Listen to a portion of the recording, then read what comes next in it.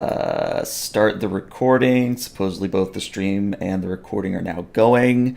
So yeah, welcome back, guys, to our ninth episode, 10th if you're counting episode 0. Um, I only really have one announcement, and I can't remember if I mentioned this to you guys or just to the Arcadia group. Um, I'm thinking, and you guys, we'll talk more, player to GM after the session and during the week. I'm thinking of doing a one-off episode in that we'll bring in a guest from the community, simply because there's a lot of people out there who want to be in an STA game. And we also have a small but growing fan base, it seems, which surprises the hell out of me, but hey, cool. But it'll be one of those things where if we do decide to do this as a group, we will bring in a fan or someone from the community, and they'll be present for probably that one episode. I just have to come up with both a good plot line and a good reason why the character might not exactly be around on the Ophion after the episode. So again, we'll talk more about that after the session. Um, oh, the other thing I was going to mention was originally I was going to do a voice for your lovely new alien. But 5 minutes after practicing, I realized I couldn't keep a Western European accent for shit. So we're just going to have to use a little bit of our imagination here. Unless anyone has any announcements of their own, we're actually going to open with a log from our Chief Medical Officer.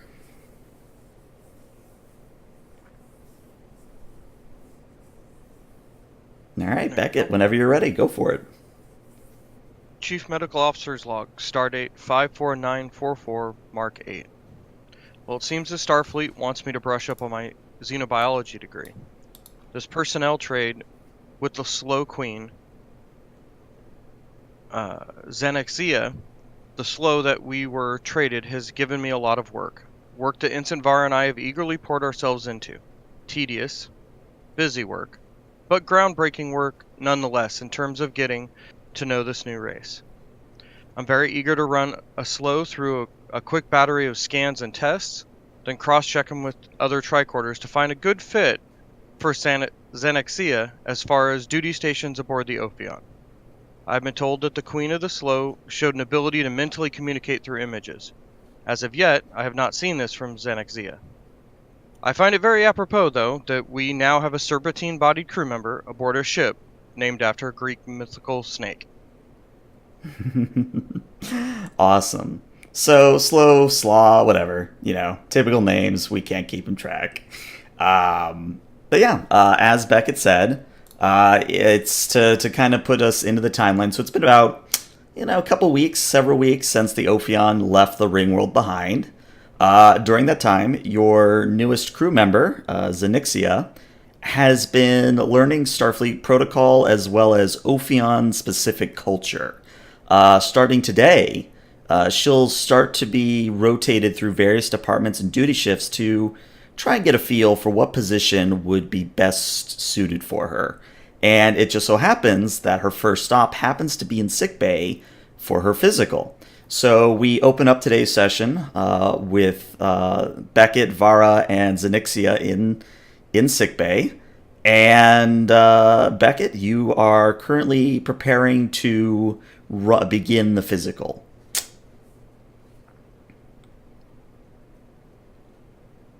Okay. So, Onyxia, let me know if any of this hurts, comes off wrong, if I happen to, as we say, stick my foot in my mouth, and hopefully I don't offend you too much by asking questions. Oh, no, not at all. In fact, I have several of my own, if that's okay. Sure, go right ahead. Okay. And we'll be having this conversation while I'm, scanning with the little tricorder bud thing, Okay. and just taking readings and whatnot. Okay. So she kind of looks at the tricorder and she says, I've noticed that there seems to be multiple kinds of tricorders. Is it? Yes. They're made for different purposes. The one I'm carrying, and I'll turn it around so she can see the front of it as I'm scanning her, Mm-hmm. is made more for medical terms. Um, looking at your vital signs. Whereas there are others, uh, like Lieutenant Commander Murthrin uses, that is more for detecting how strong metal is, if a certain part is working correctly. Well, I guess you could say the one I'm using does the same thing. Um, but yes, there's different kinds. Interesting. I haven't had a chance to play with one yet, but I'm very eager to get my hands on one. Oh, well, uh, it, being the chief medical officer, I'm never without one. It's always attached to my hip, and I'll kind of pat the spot where it holds the tricorder to my belt. Very good. Um, so I think the way I'm going to do this is either you or she or will ask a question of the other, and then I'm going to give you a bit of information that your tricorder's feeding back to you. That way, it's just not like a full info dump. So your initial scans uh, return the fact that the slaw genome is extremely complex. And this is me doing like 5 minutes of research on medical databases, so if it's completely wrong, I apologize. So the slaw genome has about 31,000 genes, which is 25% more than, say, humans possess. Your best guess, Beckett, is that these increased pairs is probably what controls what caste of slaw a particular one develops into. Okay. Um, as I'm scanning her and looking, I'll ask her. Um, you are of a certain caste of your race, correct? That is correct. Um, I believe I was told the black caste or royal caste. She lets out what would be the equivalent of a giggle, but it's a lot more insectoid, so maybe it's like a. Not maybe like quite as cheerful sounding as Murthrin's bird is in the background, um, but still something you would equivalate to be a laugh. And she says, we're not all royals, but yes, that is correct. And what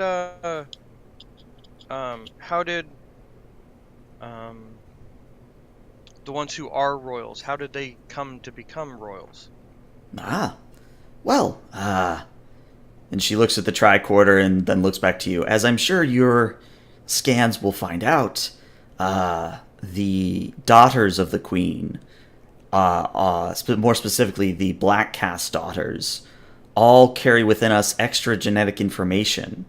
And when we choose to activate this extra genetic information, we, I believe the word is ascend, perhaps, to becoming a queen. And is there only one queen, or is there multiple queens? Uh, we, of course, could have multiple queens, but back on Axis, which out of character is what they call the ringworld, we only have the one queen. It's just easier for everyone to not have a conflict between high ranking individuals. It's to the same extent of what our chain of command is. It's clearly defined who is in charge and where everybody else falls in beneath.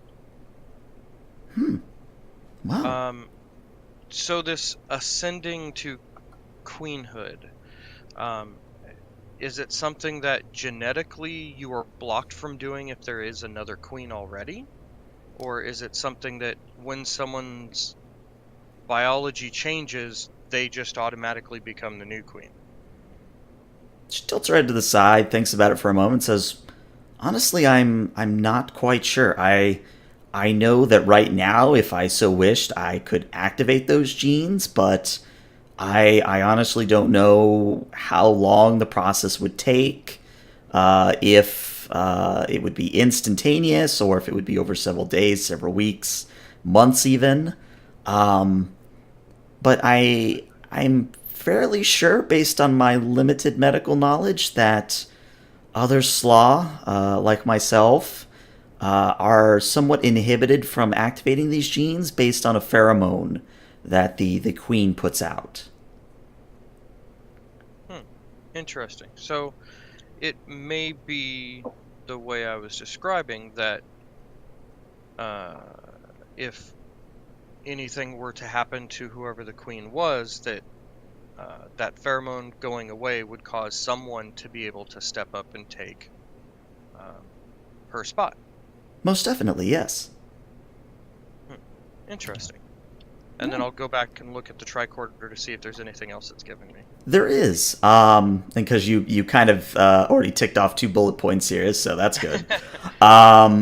So something else your tricorder is picking up, and this is mostly using hand wavium because I don't know how you actually check this in universe, but it appears that Onyxia has a Esper rating that is better than that of an average human.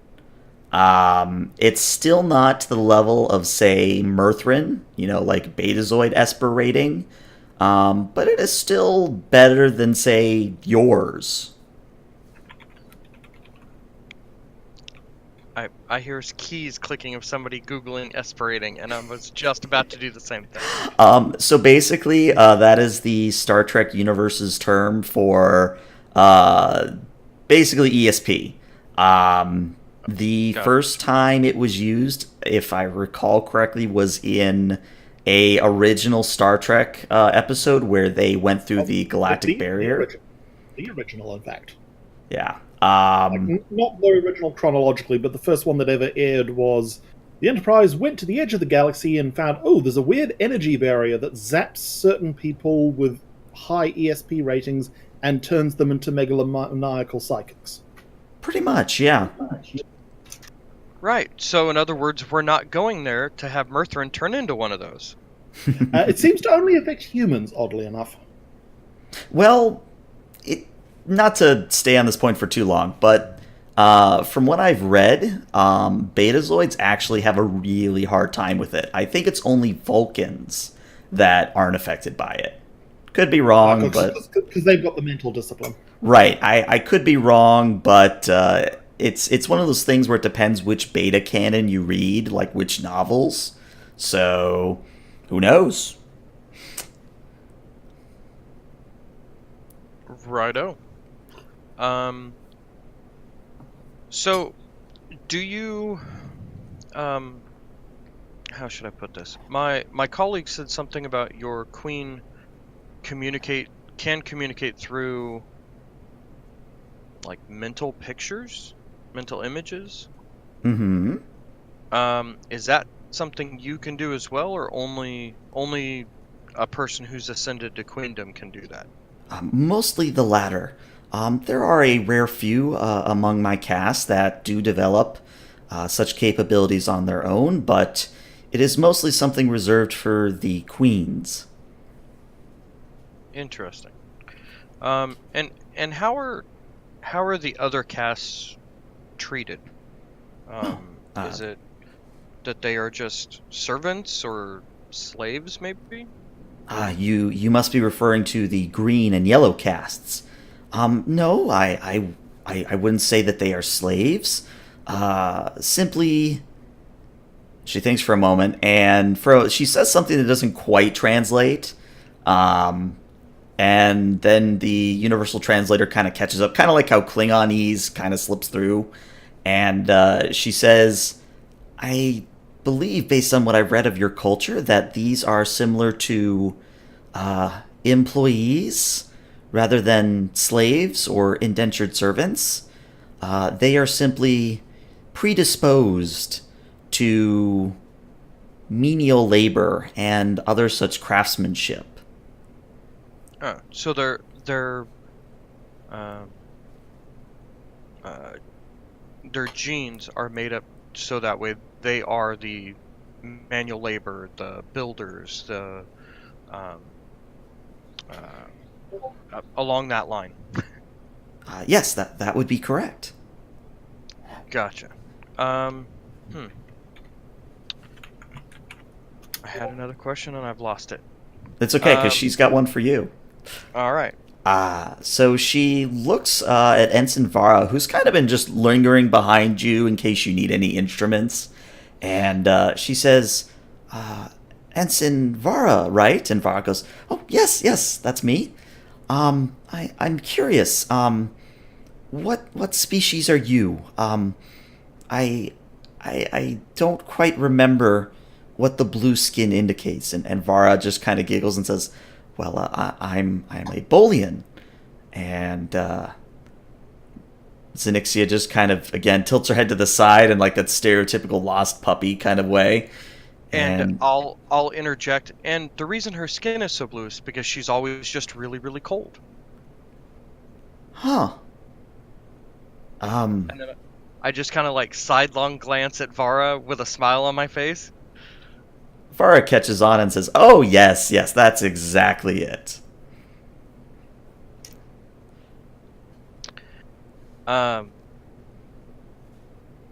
So on your world, what kind of tasks were you in charge of, or what things did you do? Well, as all Black Cast slaw go through, I did a little of everything. I managed the installation that the precursors or the ancestors of my species were really not sure. I was in charge of maintaining the structure. I dabbled a little bit in engineering and a little bit into storytelling, but I would say most of my time was spent learning the quote-unquote culture of my species. Is that something you enjoyed? I wouldn't say I didn't enjoy it, but let's just say I hope I don't have to be a cultural officer here on this ship.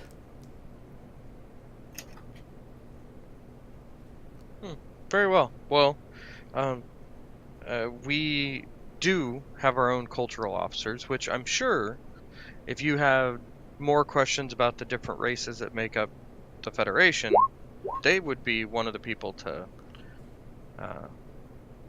I guess, very suited for those kind of questions. Though, really any of the staff can answer questions for you. Is there any other questions you had of me?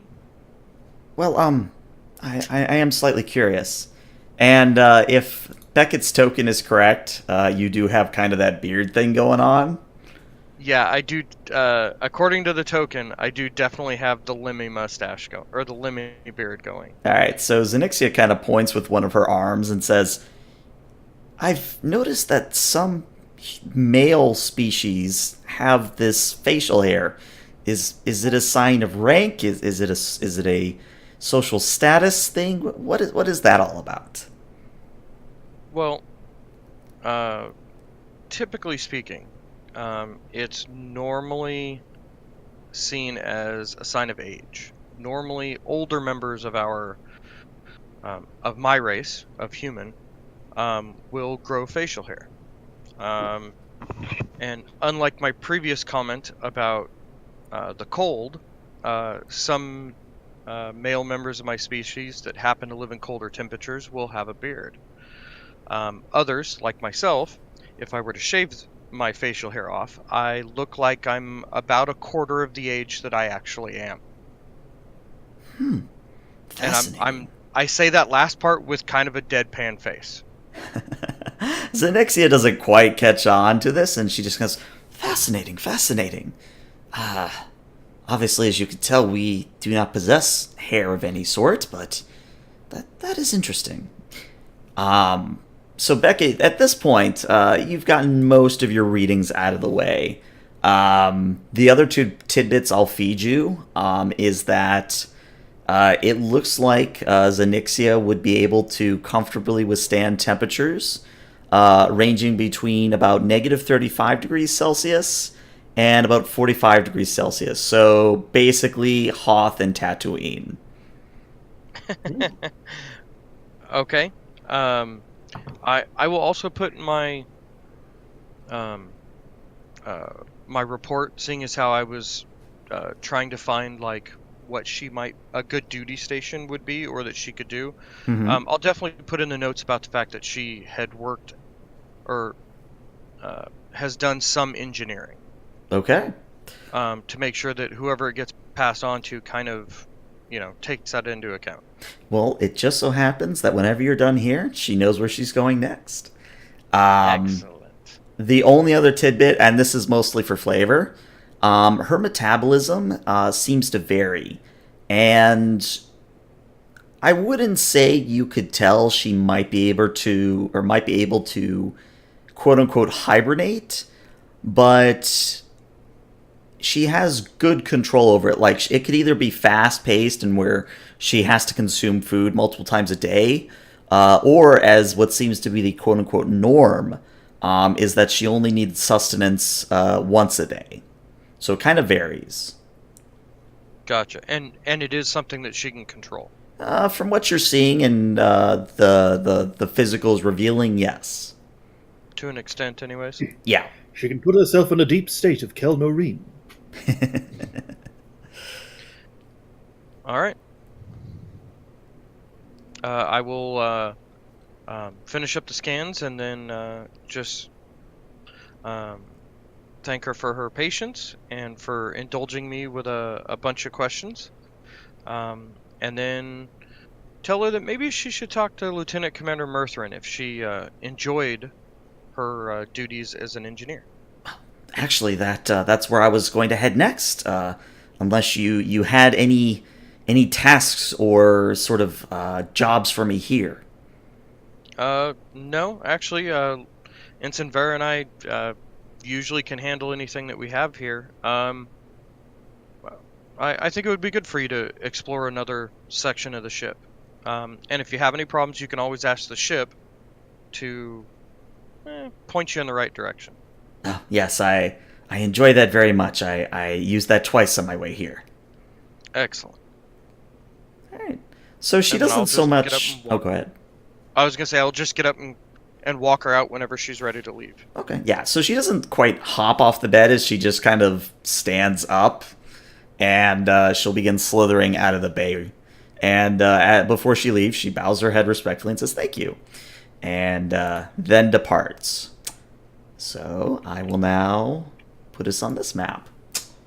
So, Murthrin, how you doing? So Murthrin. Murthrin's finally managed to sort of finish wrangling out that tweak to the ship's sensors. Very good.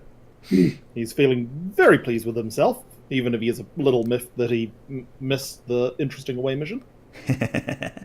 Well, besides that, you and your engineering staff have had a really sedate and kind of uneventful duty shift thus far.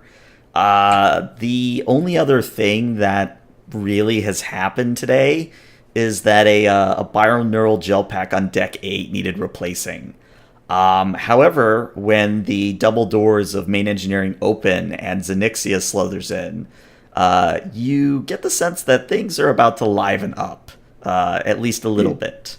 Due to your betazoid nature, you're picking up a lot of positive emotions from the slaw. Things like awe, wonder, curiosity, and so forth. She looks about the place for a few moments, and then you kind of get the sense of confusion from her.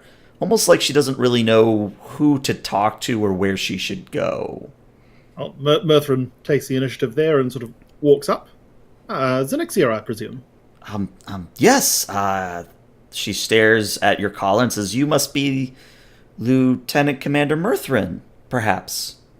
Yes, I am. Pleased to meet you. And he goes to shake hands and then sort of gets confused because he's not sure which hand to shake and then gives up. Well, before you can retract your hand, Onyxia looks down and says, "Oh, I read about this. I'm supposed to shake your hand back." and she takes her right two arms and meets your handshake. Yes. Yes, I'm the chief engineer for this bridge. I suppose a tour would be in order? I would love a tour. Admittedly, I only know the basics of how a gravimetric field displacement manifold works. Add a character, Warp 5 engine. But I would love to know how yours works. Well, it's a bit of a razor-sharp piece of engineering. Sort of this ship's one of the newest ones that the Federation's produced, so gave us some nightmares the first month or so that we were running it, let me tell you. Well, there's the main warp core, as you can see. Uses a dilithium crystal matrix to sustain a controlled matter-antimatter reaction. Very interesting. And that then that then powers the warp plasma, which goes to the main coils and also provides main power for the ship.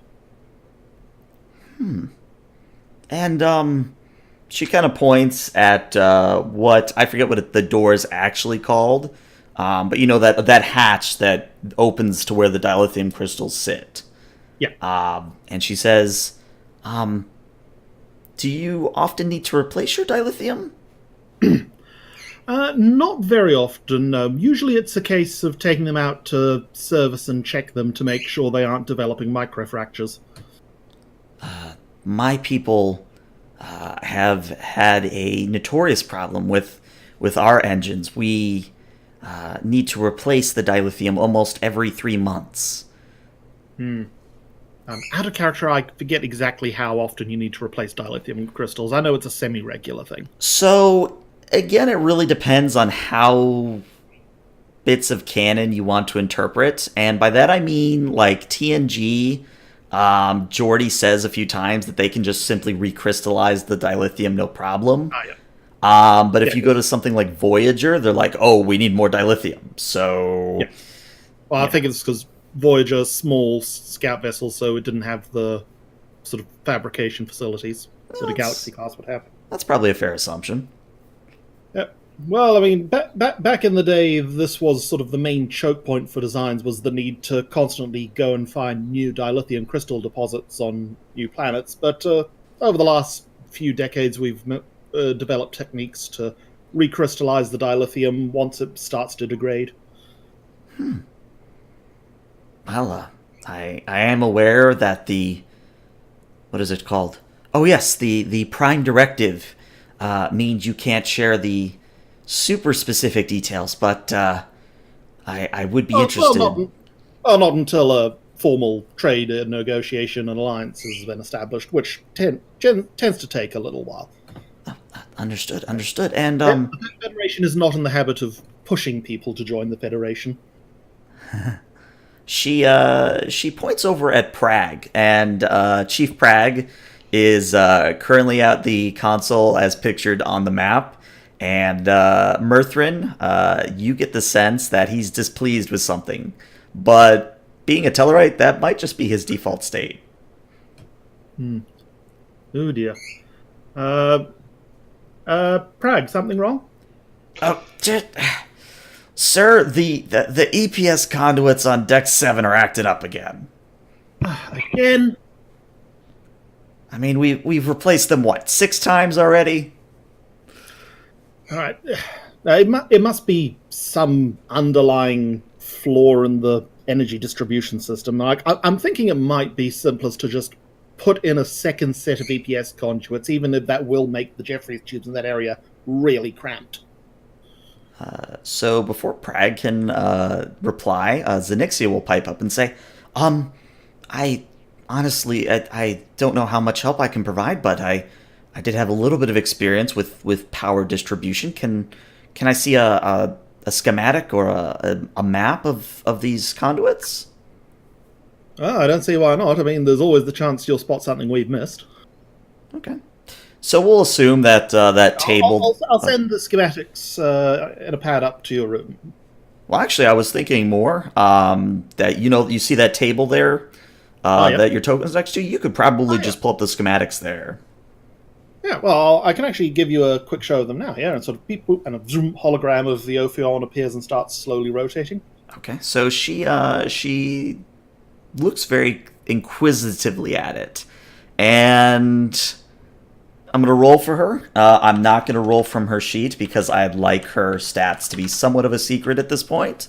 Just to just because I don't know how long you guys will keep her, and to preserve the mystery. Okay, so the momentum is such that she does not gain you any momentum, but she did pass her check. So she'll just kind of look at it for a moment and says, again, I'm not 100% familiar with how this ship, the Ophion, works, but it seems to me you have a loop here that shouldn't exist. I think this is deck 6, and she points at a spot in the hologram.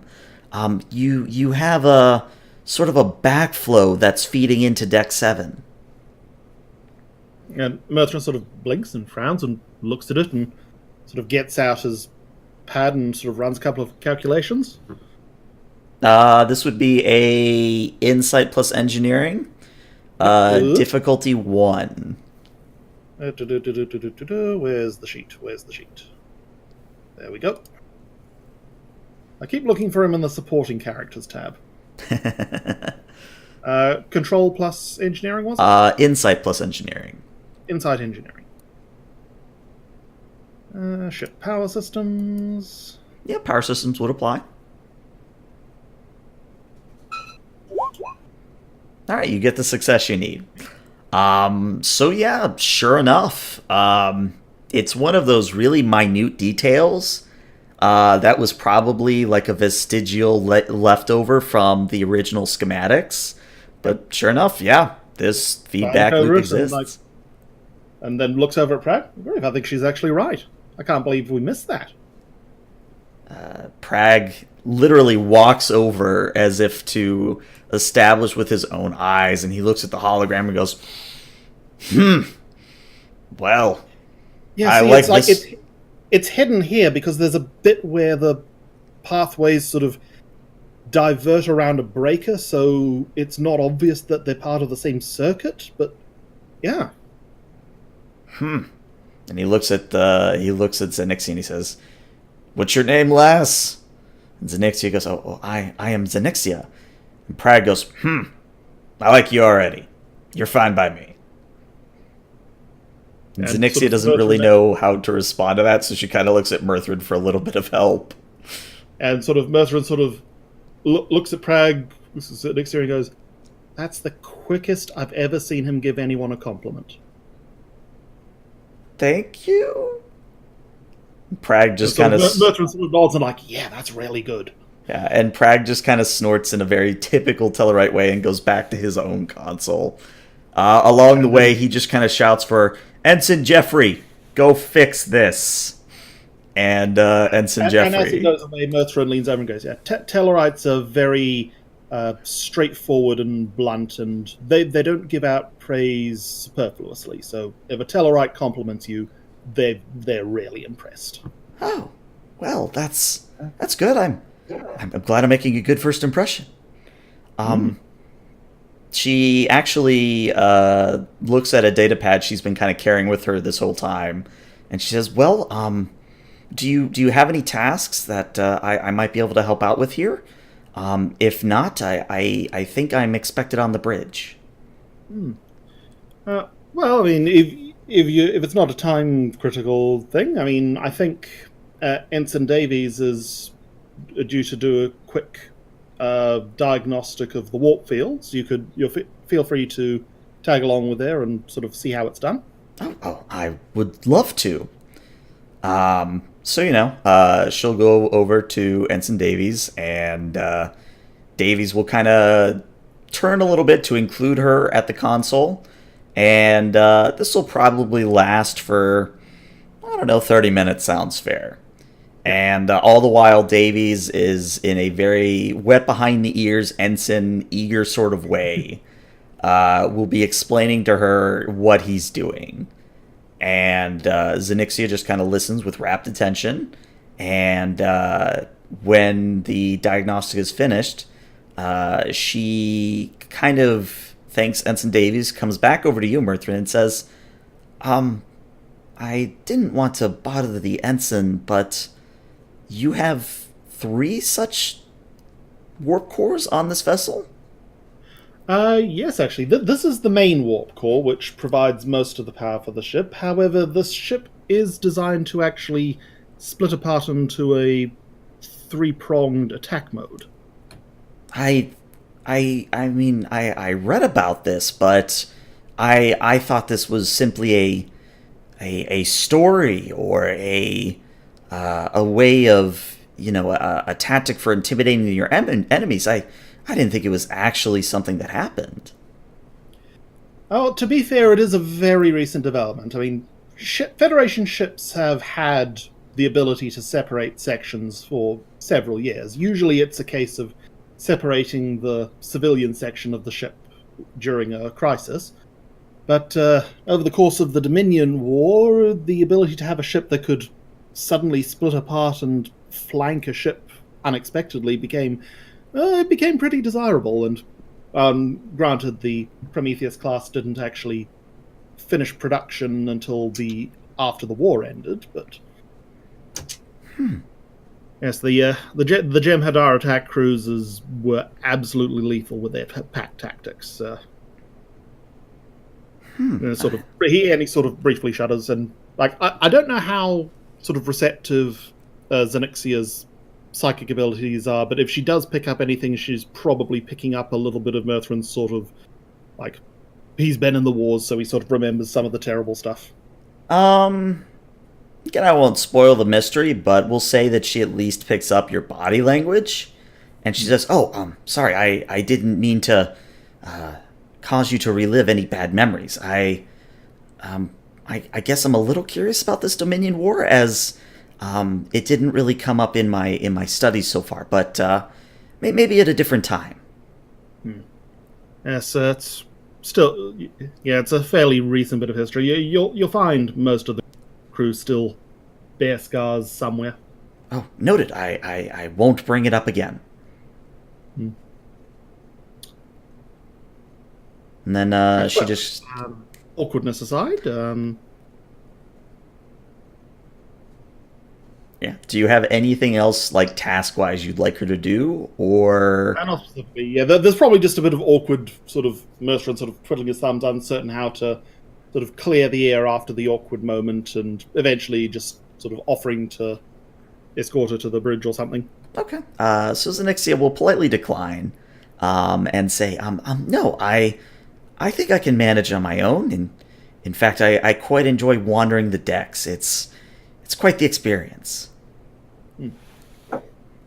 Well, good luck. Hope to see you around sometime. Yes, and thank you for showing me around and allowing me to observe. All right. So we now go to the bridge. So, for those of you who are on the bridge, much as the main engineering staff, nothing's really happened this shift. The only thing that really would even be worth mentioning is the fact that Sona had to replace one of the screens of her console due to the fact that it was displaying, or that its display was locked on a certain schematic or diagram, like the entire screen needed to be replaced, kind of a thing. So I wanted to give the bridge crew just a little bit of time to RP before Onyxia kind of walked in. Are we still around Ringworld, or have we long since left that behind us? Oh no, you're several weeks out from the Ringworld at this point. Understandable.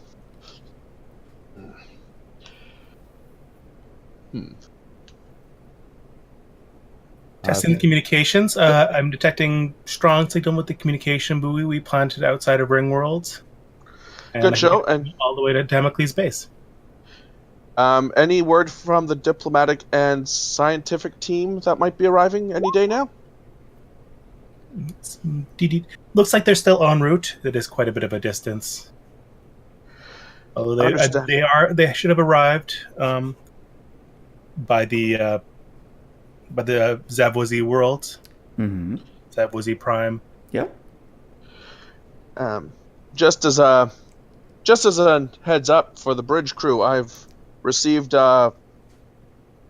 begrudging acceptance from the captain of the Kodiak. She has acknowledged that so far our ship has contributed most to the scientific exploration of the sector. I believe that means that they owe us some pretty good spirits next time we're back at Deep Space Daedalus. So Shatsu kind of does the Vulcan eyebrow raise, even though she's Acacian. And she says, "Do we know what kind of spirits they have on hand, sir?" I am not certain of that. I look back to Panek. Vulcans are not typically known for their wide selection of alcoholic beverages, but I'm sure that there must be something that the Vulcans have contributed. We've been known to ferment wine. There you have it, Vulcan wine, on the courtesy of the Kodiak. I thought that was for medicinal use only. We are not quite as unjovial as you would have us believe. Vulcan port can be particularly alcoholic when brewed distilled in specific methods. Given your sturdy constitution, one would have to. One would expect such things. So Shatsu thinks for a moment and says, "So, are we talking more like a Merlot, maybe a Blanc? Is it a Riesling? Like, I need a bit of comparison here." I wouldn't know. I've never had Vulcan wine before. Vulcan port is reminiscent of Romulan ale. I have had Romulan ale. That's not something one should admit on the bridge in the company of her captain, Miss Shatsu. Last I checked, Romulan ale is still illegal. Shatsu... Had you, Go ahead. I always had you pegged as more of a cream liqueur person than Shatsu. Lieutenant. Oh, sorry, Captain. I was under the impression that most people going through Starfleet Academy had Romulan ale at one point or another. Without admitting anything, it wouldn't surprise me if most did. At least the cheap knockoff stuff. This is true. I have no idea if what I had was the real thing, but, you know, I guess I'll never know. She kind of winks at everyone, but, you know. It's at this point that the doors to the turbolift open, and out slithers Onyxia.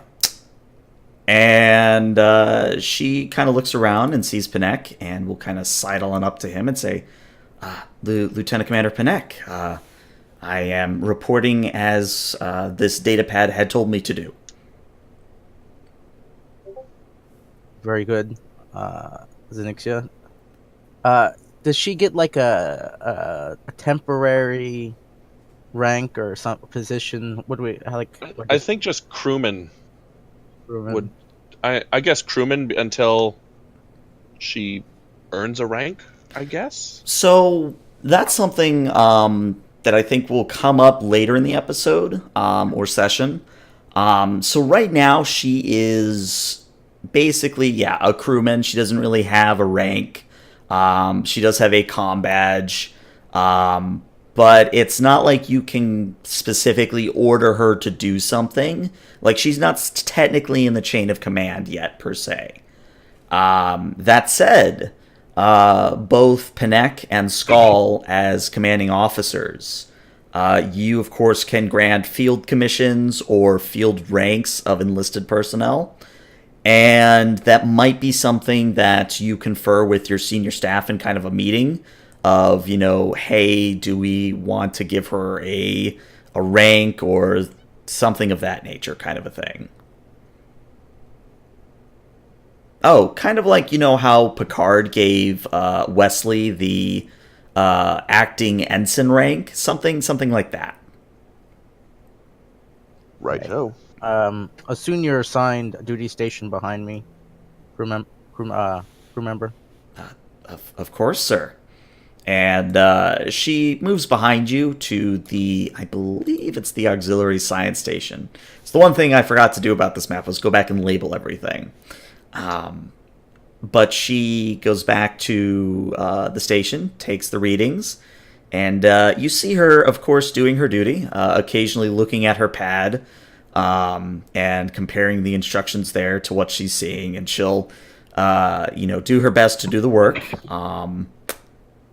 I'll say, Panek, you notice this probably more than the rest of the bridge crew just because of proximity. Due to her 4 arms, she is working at a rapid pace. And it's not like Data, where she literally just kind of speeds up and goes at an inhuman speed, or really even Sona, like not even Sona speed. It just simply is she has more hands to go around, kind of a thing. I'd like to walk over and then see if I can adjust the interface to be even more efficient with her multiple dexterous arms. Okay. That would be a very simple control plus engineering. Difficulty 0.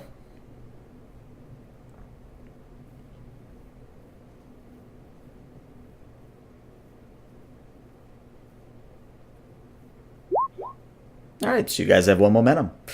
So yeah, you kind of tell her to wait a second, and you basically go to the settings page and increase the sensitivity.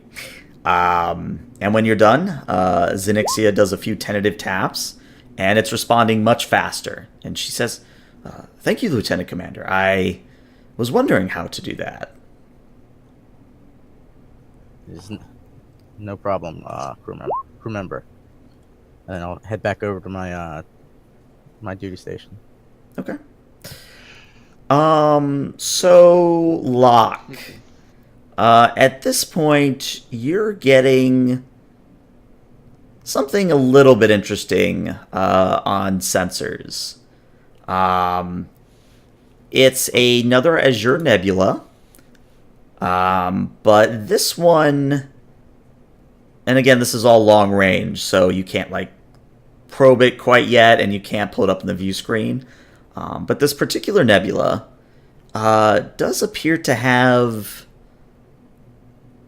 similar properties to the one that is in the safety corridor.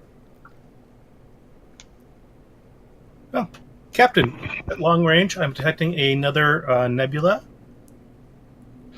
It seems to resemble the nebula we've nicknamed the Communications Nebula in the crossroad, in the safety corridor.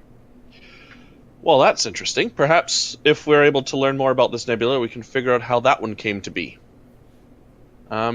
Miss Sona, please divert course and take us there. Okay. In the meantime, let's point long-range sensors. I want to know everything about the nebula and its surrounding systems before we get there, please. All right. So, go ahead.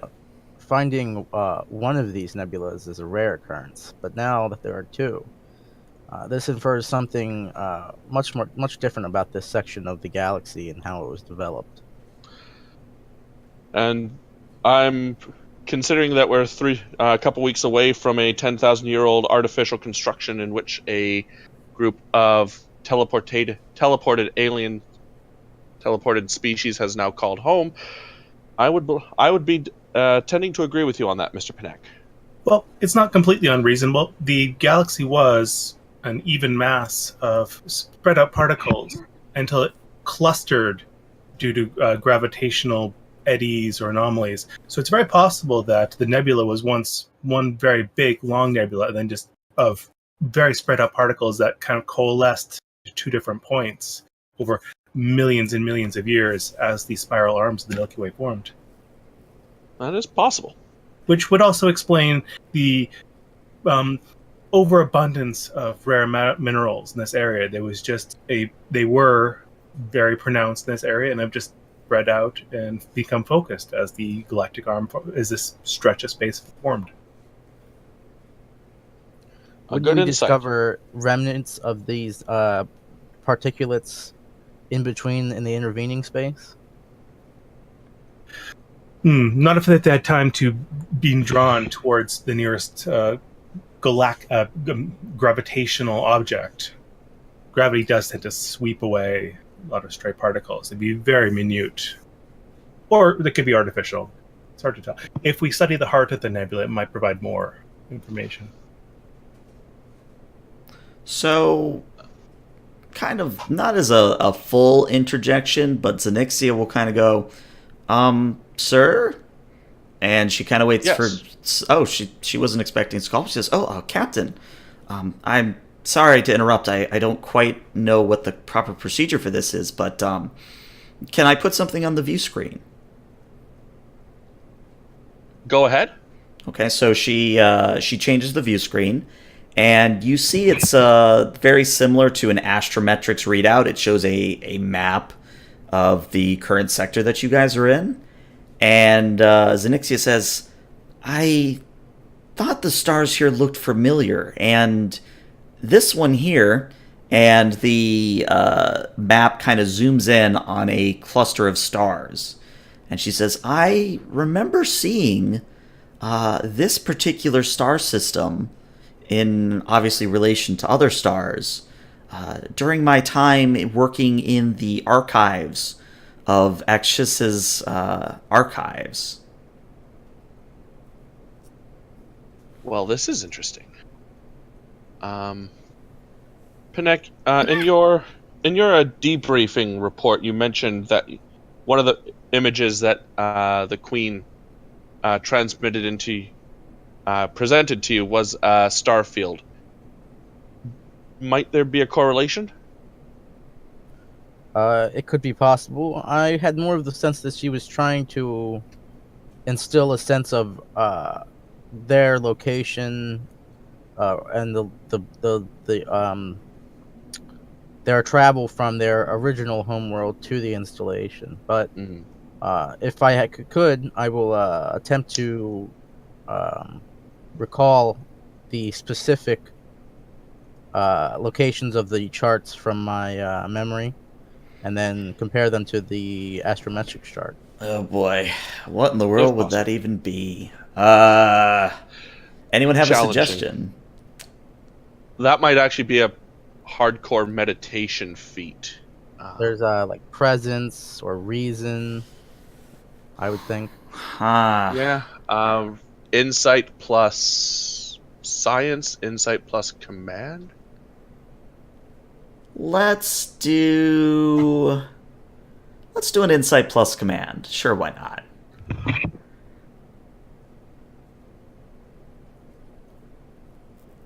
Well, maybe an insight science now that I think about it, because you are specifically comparing star fields. Or maybe a reason plus science. Any of those three. Any of those three will Maybe work.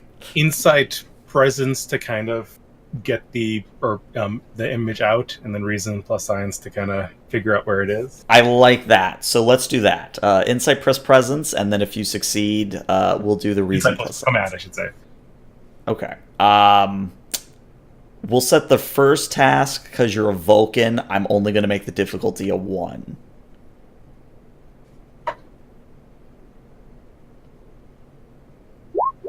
All right, you get the required success here. So now, with your not quite photographic memory, but with Vulcan discipline, you are able to recall the star field. Now to apply it would be a reason plus science, and this would be at a difficulty of 2.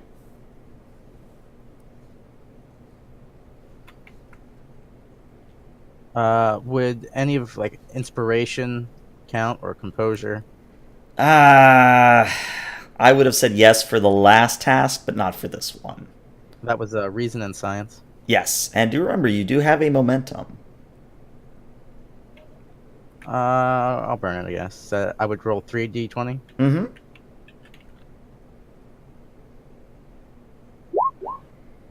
Okay. Unless you have anything that'll let you re-roll it like a talent, which I don't think you do. Yes, you go into a Vulcan Rage. I don't have a talent that lets me. So yeah, Panek, you're thinking about what you saw, and either your memory's fuzzy or just wasn't like a good enough picture. It's really hard to tell, but I mean, you guess they could be similar, or you might just be trying to make them seem similar in your mind. You're really not sure one way or the other. I On the- apologize, Captain. sorry. The interface with the Queen was quite taxing, and I'm unable to pull an accurate representation of the star field she showed me. This is as close to approximation as I can get. That's all right, Mr. Panek. Thank you so much for your efforts. Looking at the star chart on the screen, how close is this stellar cluster to the new nebula? So, if I were to hastily draw on this map, I'll do it in light teal. So, you guys are this teal circle here. The nebula is the upper teal circle. And this particular star system that Onyxia has pointed out is this teal circle here. Ah. So, well, so we have a.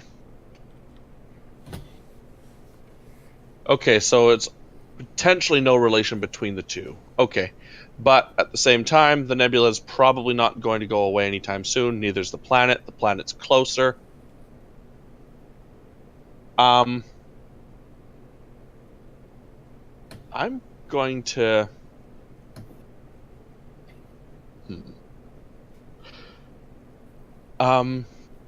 Miss Onyxia, of the star chart that you recall seeing in the archives, do you believe that it is marks an important marks this system as important in any way?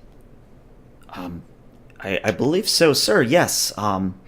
Though I only have a very basic understanding of the glyphs used by the Exisys creators. They used a symbology that was similar to that of the ringworld on a stellar chart. Very well. Let's.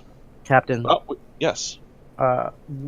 if we divert to the system, I could suggest that we launch a Class 8 probe towards the nebula, and we could pick up its relay data when we decide to resume our course. Well, that sounds like a good idea to me. Mr. Locke, Mr. Tin, please prepare and launch a Class 8 probe towards the nebula. Right. Miss Sona, let's divert course to this aforementioned planet. Okay. So, I think there's technically a task related to launching a probe. I'll very quickly see if I can find it, but basically I'm going to let you launch it for free. Let's see. Launch probe reduces the difficulty of tasks made with the sensor sweep. Regards phenomena near the probe by 2. Okay. Yeah, and it just says it does not require a roll and has no difficulty. All right. So yeah, you just send off the probe on its merry way. Just for information, it can move up to warp 9 and has it's instrumented heavily with sensor equipment. Okay. Good to know. Yeah. And Miss Onyxia. Yes, sir. Thank you for bringing this to our attention. I know that this is I knew that this is all new experience for you. But please, if you have any observations or insights, please do not hesitate to let any one of the bridge crew know. I'll keep that in mind, sir. Thank you. And there's a very subtle shift on the screen as it returns to quote-unquote normal, and the stars veer slightly to the left as Sona navigates you towards this new planet. So, Locke, I'd like you to roll me we'll do a reason plus science here. I'm only going to make the difficulty a 1, And if you want the ship to assist you on this, someone can roll for the ship, and that would be a computers plus science. Basically, you're pulling up what data is available about this planet. All right, so that's already 2 successes. Who's rolling for the ship? I'll do it. Okay. And you said computers and Science.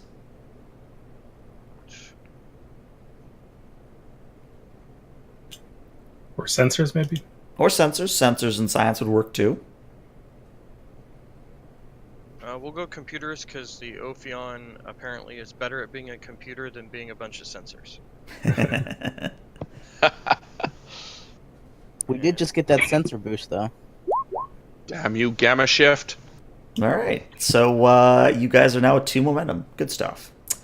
The planet in question, as it is known on star charts, is 8ML7. It appears to be this planet appears to be orbiting a fairly simple Sol-like star. There's several other Class D planets in the system, and the reason why 8ML7 got a name at all was because it appears to be a Class L planet, and I mean, obviously, you're going to have to get closer to confirm this, but the idea or the thought behind this planet is it appears to have vegetation and farmable tracts of land, and it seems to be suitable for most humanoid life. It's just lacking any developed kind of species, if that makes any sense. It also has these kind of great blue oceans that are probably made out of water, but again, you'd have to get closer.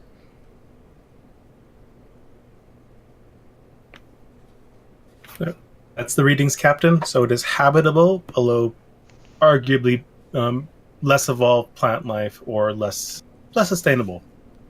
It's not a happy place. I wouldn't want to live there. Good place to go camping, not a good place to live. That sounds pretty much how they did where they did the survival drills back in the academy. Very curious as to why this might be marked as a planet of interest on a 10,000-year-old archive, but a lot can happen in 10,000 years. As we get closer, let me know any more information that comes along. Yes, sir. All right. I'd like to scan the system for any trace elements that are comparable to what the ringworld was made out of. I'll give you an option here. You can either attempt, due to the range, you can either attempt a difficulty 3 task, or you can wait until you're a little bit closer and the difficulty will go down. I think Pinec will be patient. Okay. So this travel to this new planet will take about a day at warp 5. So if you really want to push it, you could probably get there in, say, 5 or 6 hours. But that's up to the captain. I mean, on one hand, there's no rush, and warp 5 is a perfectly gentle, no strain at all on the ship's systems. But on the other hand, this duty shift so far has been rather boring. But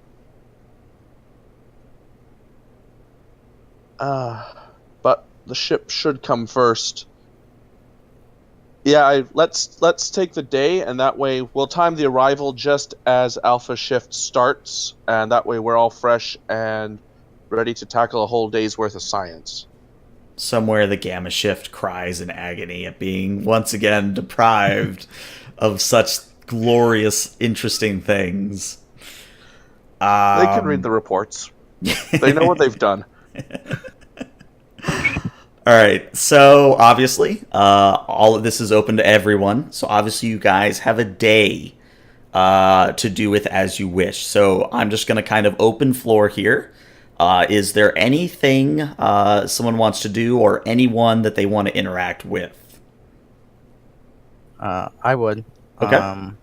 I'd like to enter in some data on my console, pick up a pad, and then turn towards the turbo lift and say, Lieutenant Locke with me.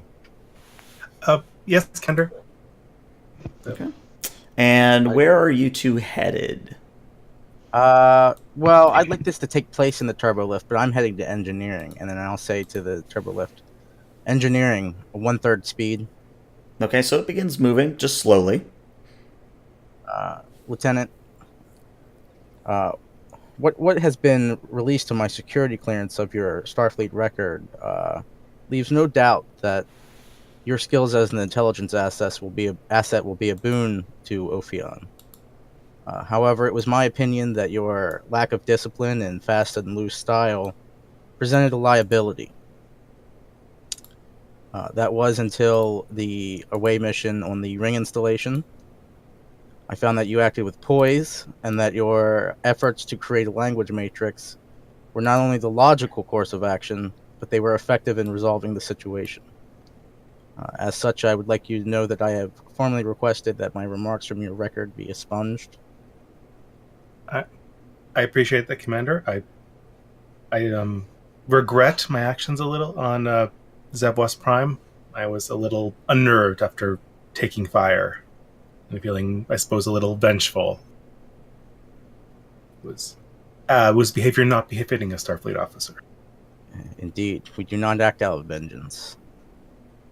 But however, you should know, Lieutenant, that now that I know that you are capable of greater things, I will be expecting them of you.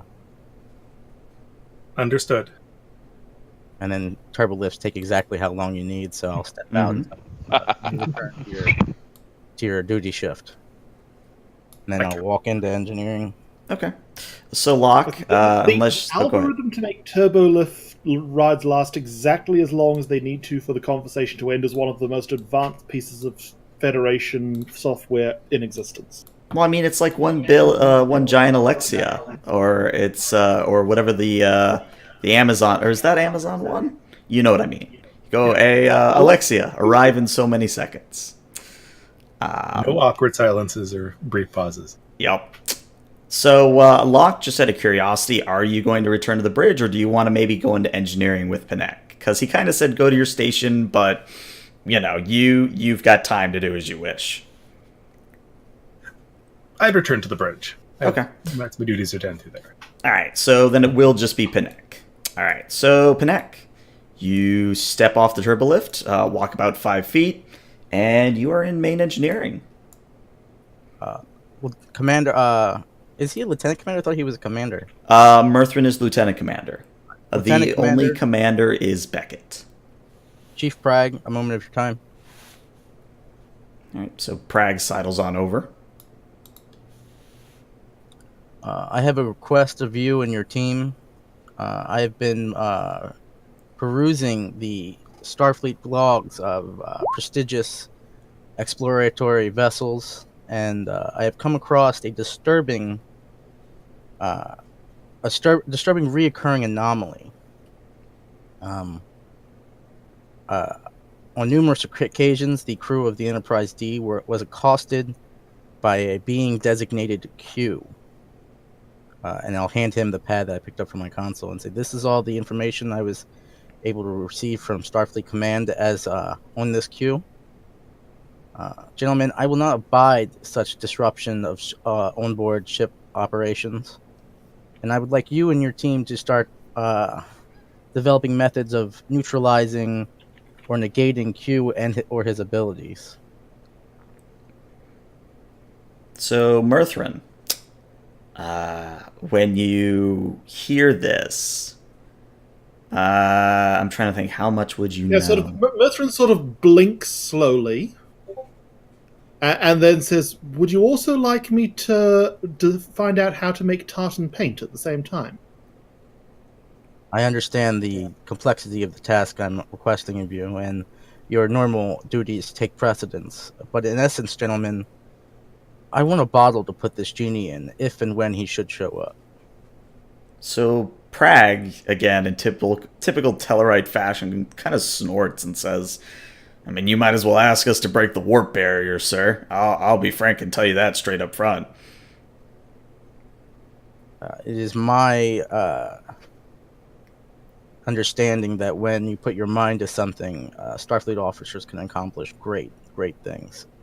This do not one, Mercenary, sort of, before Prag can retort to that, Mercenary will step in and go, we will look into it. No promises, of course, but... That is all I ask, gentlemen. Thank you. You're dismissed. Yep. And then, as soon as we sort of are out of earshot of the Vulcan, and Mercenary will sort of turn to Prag and go, I mean, come on! He can't really be expecting us to do that, right? I mean, this is just a test. I mean, if he was not Vulcan, I would be absolutely convinced he was pranking us. Between you and me, sir, I would not be surprised if this was indeed a Vulcan practical joke. It'll be the first time. I remember growing up, they really did not get the point of practical jokes. Yeah, it was frustrating. Like, they didn't even get upset or offended. They were they just stood there looking puzzled and going, "I don't see the point of this." Well, I mean, Panek was the one who got Cultural Night going, so who knows? He probably enjoys the hell out of practical jokes. Maybe we should get him back with one.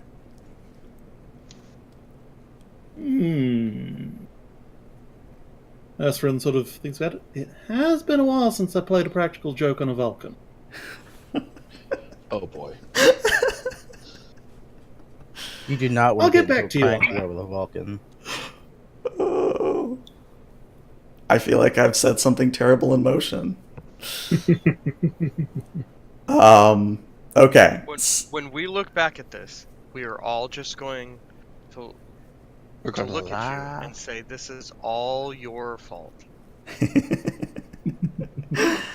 All right. So, was there anywhere else you wanted to go, Panek? Not openly to the rest of the crew, no. Okay. Stuff. Let's open the floor again then.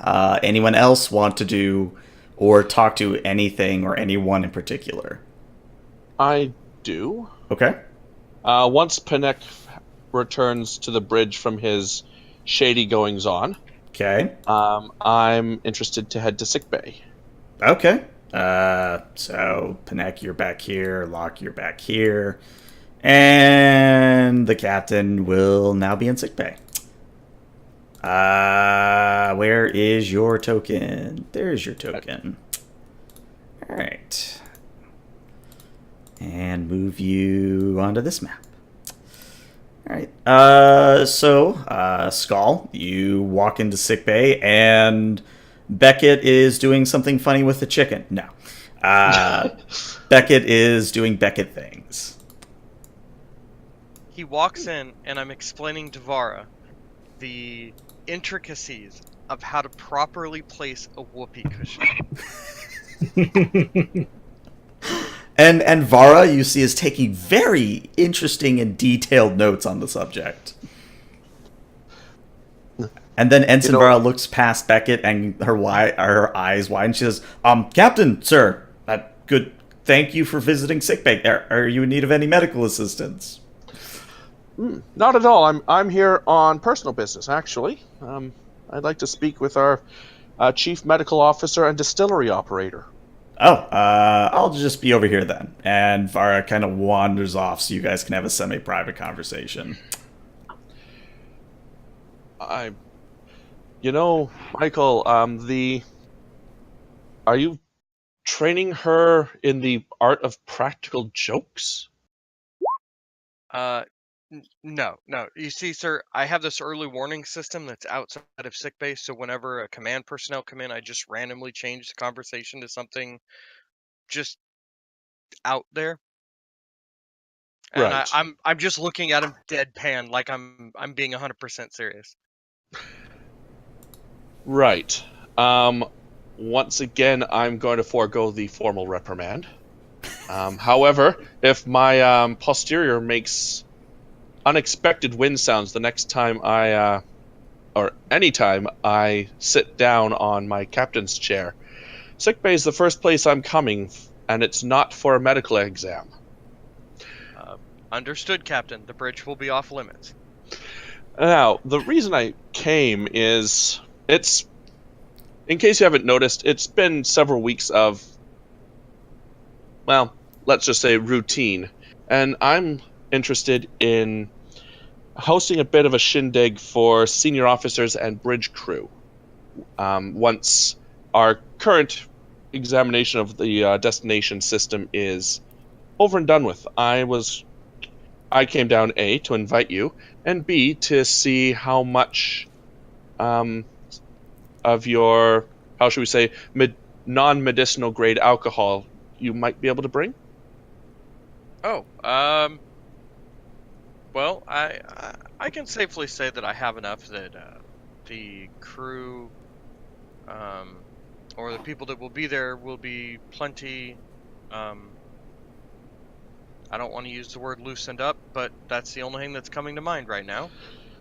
Well, it's going to be a bit of a, I hesitate to use the party, but that's probably what it might turn into. So loosened up, I think, is an appropriate term. Well, I think I can safely say that that I can provide the beverages. Splendid. I shall send the proper invitation. I shall inform you and Ensign Vara of the date and time as soon as this mission is over and we're all in one piece. Sounds like a plan. Oh, and be on the lookout for Mr. Panek. We had a brief chat about Vulcan's spirits on the bridge, and he seemed oddly enthused. Interesting. On and I raise my eyebrow like a Vulcan.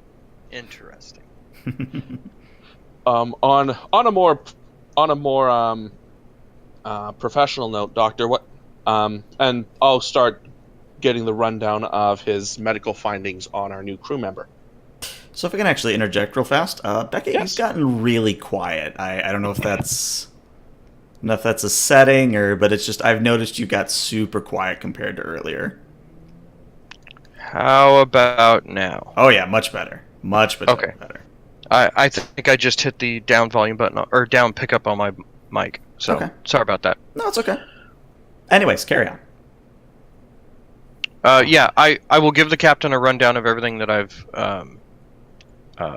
all the conclusions I've come to about Onyxia and the conversation that her and I had.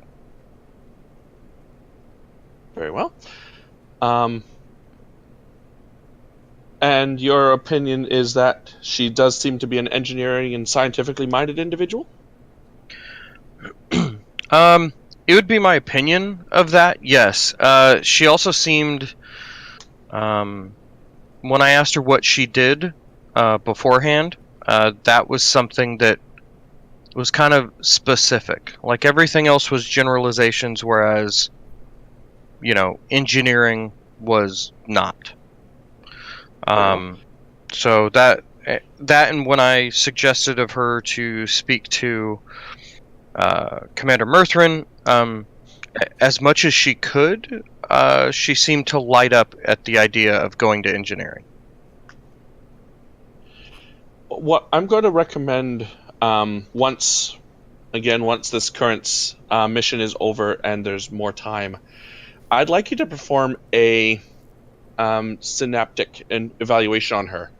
I'm very curious about her ability to take in, absorb, and process information. I saw her on the bridge working flawlessly with 4 hands on a system that she barely knew, and she picked up most of it with very minimal learning.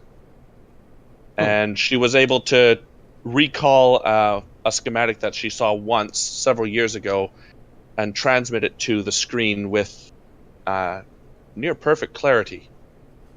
I have a feeling that her processing abilities might surpass almost all of us, with the exception of Miss Sona.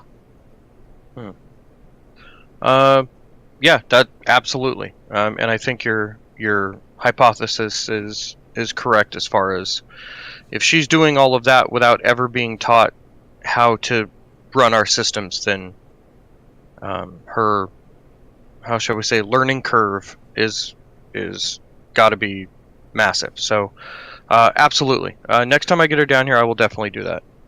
Wonderful. Thanks for your time, Commander. If you need anything, please let me know. Absolutely. And as the captain walks out the door, I will make a very faint whoopee cushion noise. I don't know, Captain. Did you respond to it at all? I would make a gesture, but it would be uncaptain of me to do so. So I'm just going to just shake my head a bit and carry on without breaking step. Okay. All right. Anything else you'd like to do? And that's it for now. Okay. Open floor again. Anything or anyone that people want to do or talk to? Not so much talking to anyone, but just kind of logging an action that I will begin working on making sure that I carry through with my promise of having enough beverages for the shindig that the captain is planning. Okay. I'd say it's been long enough that you've been out in space long enough at this point that you have already gotten through the first batch, and of course you still have some left over. But you've refined the process, and you now have a much more crisp or perhaps flavorful second batch. Excellent. Other than that, no, that's what I would spend my downtime or my busy time handling. Okay. So we've heard from Skull, we've heard from Panek, we've just heard from Beckett. That leaves Murthrin and Locke. Either of you have anything? Murthrin, I think. Okay. Will go to the replicator in his personal quarters, Okay. and he'll replicate out. I forget what it's called, but it's that sort of Vulcan meditation / logic puzzle where it's like all the thin metal rods, which are in a sort of a magnetic basket arrangement, and you have to carefully move them one by one until it just sort of morphs into a regular hexagon. I think that's Calto. Calto, that's it. So he replicates out one of those, Mm-hmm. and then gets out his diagnostics tools and starts tweaking with the electronics of the hollow emitters on it to figure out how to make it so that its stable arrangement is slightly messy. Oh dear. I'm not even gonna have you roll for it. I find that amusing. So if I understand correctly where you're going with this, you indeed, in fact, quote unquote, sabotage a Calto game to be. Basically, no matter how sort of in tune and careful you are, it'll never quite click into place. I'm imagining Panek's face already. It'll be great. Murthrin's already imagining face. Does this not face him? Well, he wouldn't show it. Oh dear. All right. Anything else, Murthrin? No. I think that'll be enough. All right. Cool. And last but not least, Locke. What you doing? Locke is tinkering. It's Okay. been a while since he's had a chance to put something together and kind of play with something. He's used to like people coming to him and being like, "I need something, this crazy device for this mission I'm going on." So he's just getting all those parts together, and he's just playing like when he's off duty, of course, not in a station, and just kind of seeing what he can get together and customize something. You know, maybe playing with like the whatever remains of the stealth suit they had, and just seeing if you can merge that with some holographic devices and make a kind of disguise, I guess. Okay. Probably not more of a illusionary disguise, nothing with like force fields, and just kind of like trying to like make a kind of like a costume, like a holographic costume projector. Okay. Kind of fiddling and playing with things. I might be getting my series mixed up, but I think that that's something that one character in some show actually did. Maybe I'm thinking of a book rather than a show. I'm not sure, but I missed it. What was it? It seems like it's well within the lines of Star Trek technology. yeah, it's Because they have this stealth suits in Insurrection, and then they have holograms. So it's, holographic disguise seems. yeah, it seems like something that would be easily accomplished. I won't have you roll for it. I mean, the Voyager holosuites were completely capable of putting a holographic costume onto someone. Yeah, so yeah, I'm not even gonna have you roll for it. We'll say, for sake of argument, Locke, you indeed are able to come up with a holographic costume suit of some sort. The one stipulation I'll place on this, in case you decide to take it on an away mission or something, the current power it draws will only last for about 30 minutes. Yeah. That's what it'd be. Some really short power supply, unless I have like an external battery. Right. All right. Cool. All right. So, last call for any bits of RP before we jump ahead to the planet.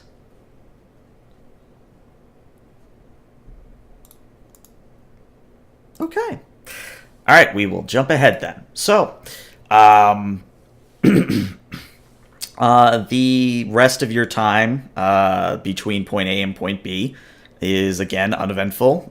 You don't run into any black holes, no Romulans decloak. It's very, very simple, very easy journey. And when the Ophion finally returns to normal space, you're a fair distance away from the planet known as 8ML7. As I said before, the local system seems fairly common for the sector. Again, meaning that it has a Sol-like star, several Class D planets, etc., etc. Now that you're within spitting distance of 8ML7, though, the view screen is able to afford everyone on the bridge a beautiful shot of the planet, and you see for the first time that it has a set of rings, very thin rings, but rings nonetheless. And you also see that it has a singular moon in probably what would be similar to our moon in real life. So it's probably Earth, just a little bit more oceany. If I had to better describe what you're seeing on the screen, and yeah, that's what you see, and that's where you are. I wanted to do a system scan when we got closer. Yep, and the good news is that now said task, and by the way, scene change, so I think you're down to 1 momentum now. The task now is at a difficulty 0. So to scan, it would be a reason plus science, and the ship can assist with sensors plus science. So who's going to roll for the ship? Let's see. Sensors plus science. No. All right, so you guys have 3 momentum. Well, no, 4, because I can do math, which is good.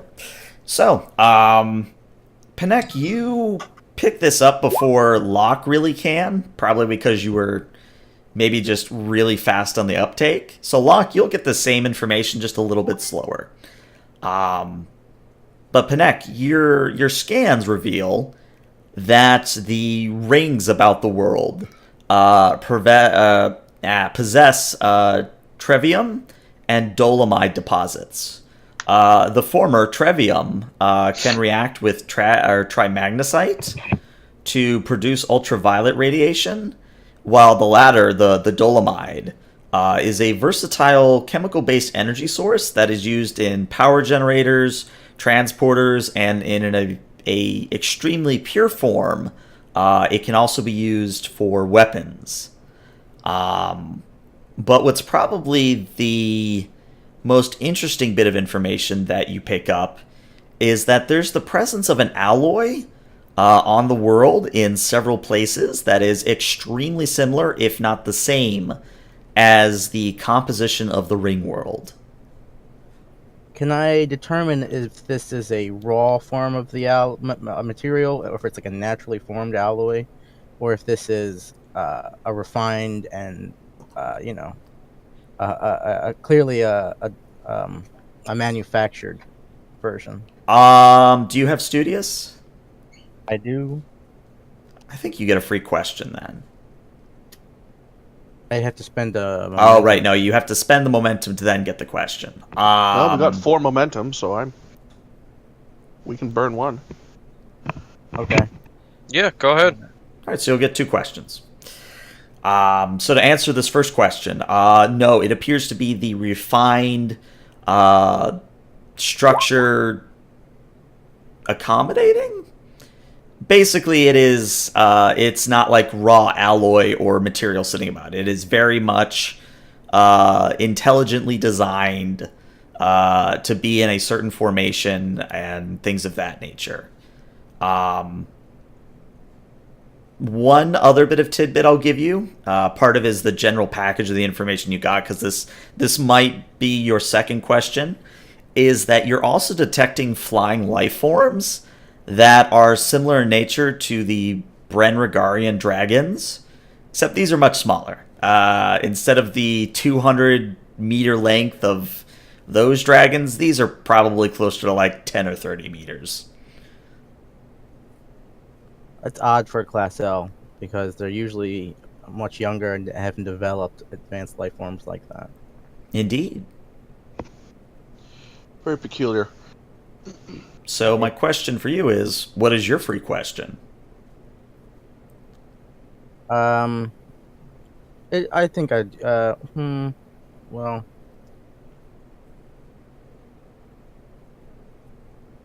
I don't know. I can't really ask, like, if they were planted here yet, because we haven't gotten down to scan DNA yet and compare it Any to signs the of natural. technology, maybe, or Yeah, any orbiting satellites or anything on the hemisphere we can scan that indicates more installations or relay networks or something like that, or even on the moon. I'd like to scan the moon too.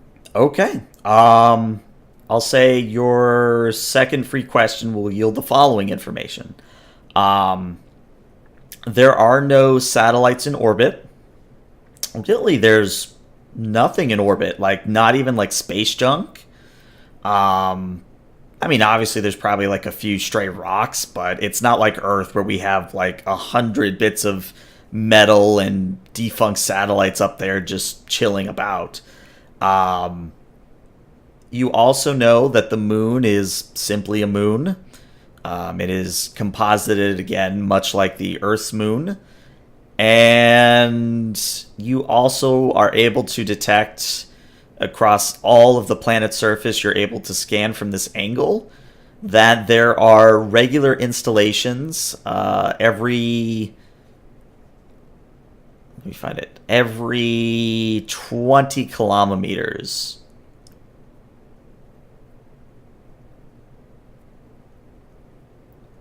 I'll inform the captain of all my findings then.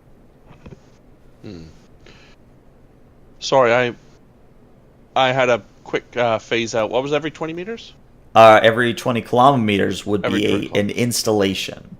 So something similar to the ringworld's facility where the queen was holed up in. Ah, okay. Sorry. Interesting. Well, I'm all for that's up to you, Mr. Panek. You'll be the one leading the away team. I'm curious about the installations on the moon, though. Oh, there are none on the moon. Ah, damn it. Sorry. That's what That's happens okay. when I phase out. That's okay. I'm very interested on the installations. Perhaps when we should start our search there? Yeah, agreed, Captain. And then I would look for if there's a particular pattern to the way these are laid out. If there's like a a central complex that they lead to, or somewhere like that?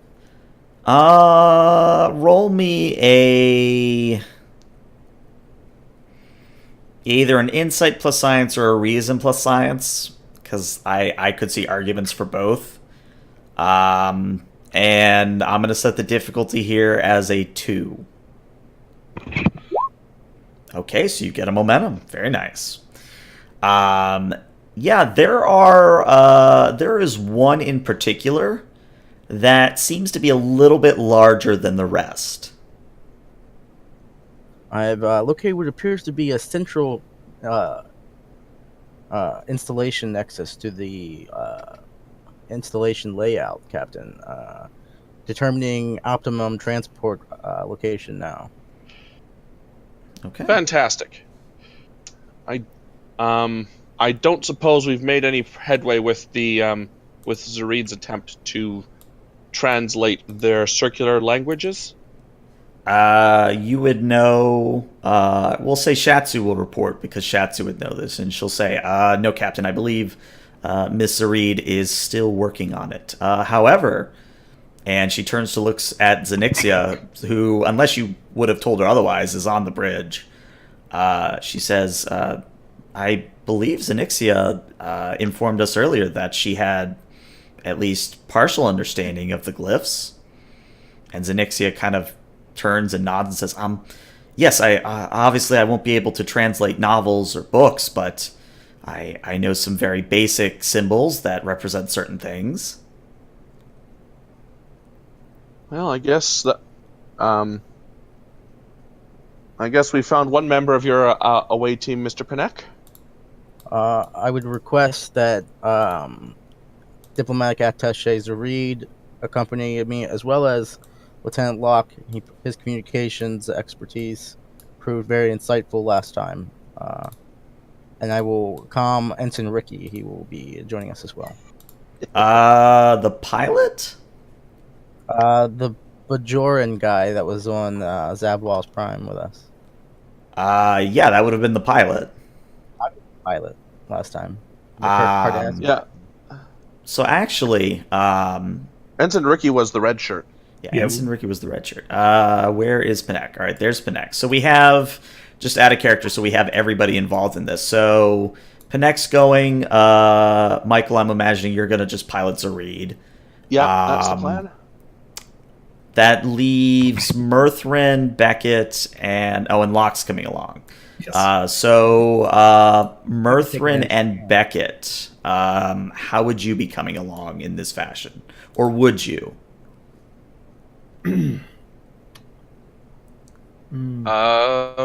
I, unless asked, as far as like wanting a doctor down there, Mm-hmm. I don't think I would go.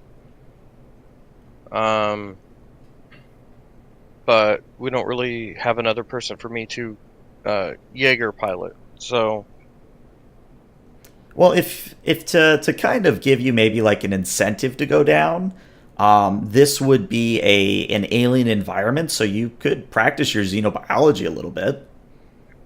I think yeah, I Mirthrin guess will- that's true.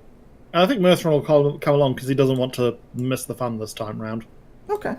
Also, considering last time one of these energy cores was like out of sync, it like killed a bunch of dudes. So I want to take an engineer with us. Okay. Oh, yeah, that's another good. Oh, that's a good point to get more people to go on this away mission. Yeah. Higher body count. Well, that and it's another good reason for Beckett to come along. If anyone gets injured in the process, there you go. This is true, but I mean, you know, I was there when the Mirthrin maneuver was born. I don't really want to be there when the Panek maneuver was born. Oh, well, Conversely- really, I need to come down just so poor Commander Panek doesn't get a maneuver named after him. But yeah, I'll definitely go down there. All right. So again, another point of order is I heard transport coordinates, but I wanted to be sure. So you are beaming down, yes? Unless there's some sort of atmospheric anomaly that prevents us. No. For once, you have clear skies. As far as I understand, we can't do it through the alloy like last time. Mm-hmm. So I'll put us just outside the installation, the central installation. Okay, very good. So, the six of you head to the transporter room, and the transporter chief, who is not totally a ripoff of Chief O'Brien, does the stereotypical nod of a transporter chief, says, "I'm inputting the coordinates now, sir." And then he does the raise of his hand to cause the columns of light to begin shimmering around you. And you all materialize here. So, to kind of describe what you're seeing as you look around, is built into the side of a great mountain slope is a rectangular rust-colored structure that reminds you of that on the ringworld. It extends all the way up to the clouds and then down into the surrounding water. Slopes of green and multiple waterfalls further decorate the installation, making it a rather beautiful sight. And as almost as if to complete the picture, one of those large winged dragon-like creatures flies by in the distance and lets out a majestic roar. So since you're beaming down, I'll say you guys are... Let me draw this in red. You guys are probably right about here. So right about there. Alrighty. So Zareed's going to quickly walk up to Onyxia. Mm-hmm. Sorry, I've been trying to work on this circular glyph language for 3 weeks and haven't made any headway. And you've known some of it all along? Yeah, well, as I told the rest of the bridge crew, yeah, yes, I know some very basic glyphs, but I wouldn't be able to translate long phrases. No, I doesn't. Anything at this point would be better than what I've got. For all I know, I've come up with 53 ways to insult someone.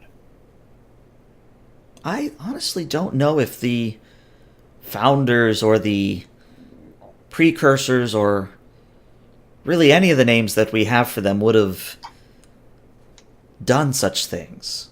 Huh. Sorry, it's a reflex of mine is to react to surprise with humor. And sarcasm. I see. I look forward to learning from you so that we can finally start translating some of this stuff. Huh. Well, I look forward to working with you as well. And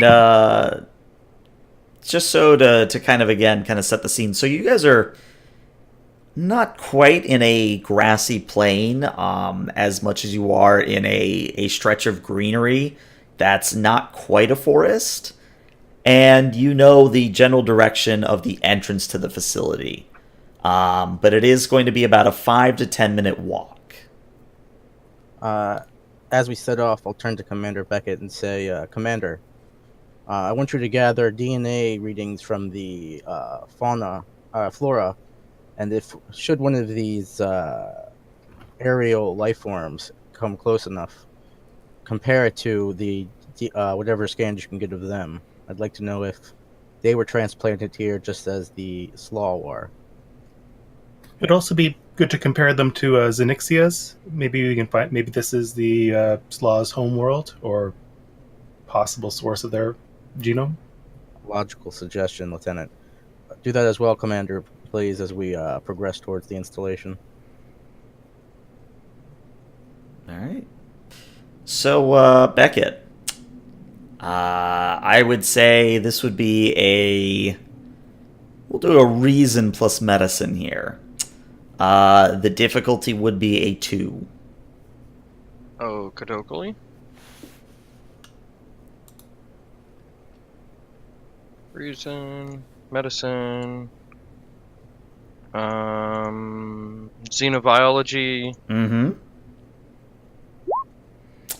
Okay. I'm gonna let this succeed at cost, but I am going to give you the option of whether you want me to take threat or if you want a complication.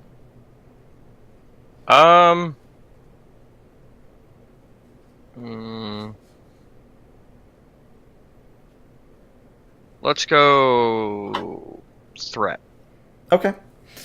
Beckett, you're taking some readings with your medical tricorder, and you're comparing them to Onyxia, as Locke suggested, and what you find is that they're not really similar, but in a strange way, they do show what would be the equivalent of same carbon dating, if that makes any sense. So the slaw have a certain quote unquote signature of age, and the flora here possesses a similar one. So again, to try to badly describe the point I'm trying to get across is that the slaw were likely transplanted on the ringworld about the same time as the vegetation here was placed. Wait, say that one more time? Okay, so the slaw were transplanted onto the ringworld at a certain time. And then the vegetation on this world was also transplanted on this world at a certain time. And they're And similar. the times are about the same. Correct. And do they share similar DNA markings? They do not.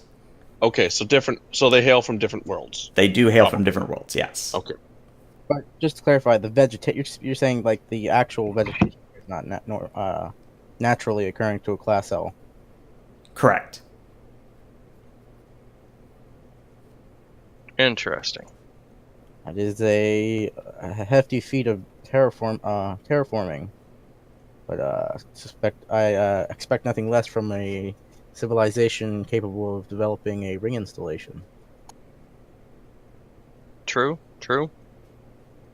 Well, we're only assuming it's terraforming. They could have just accidentally brought along some soil samples from their homeworlds that long ago, and over the million years since, it has just spread. As we... Go ahead. I was going to say, apparently, well, that could also be true, but, I mean, they put islands in the sky. I'm going off the picture. Oh yeah, sorry. That this thing back here, yeah, that's not there. Okay. I did not have time to Photoshop out the flying installation. Commander, that's a cloud. Oh. Yes, that is true. Okay, yes, Oh, shut up now.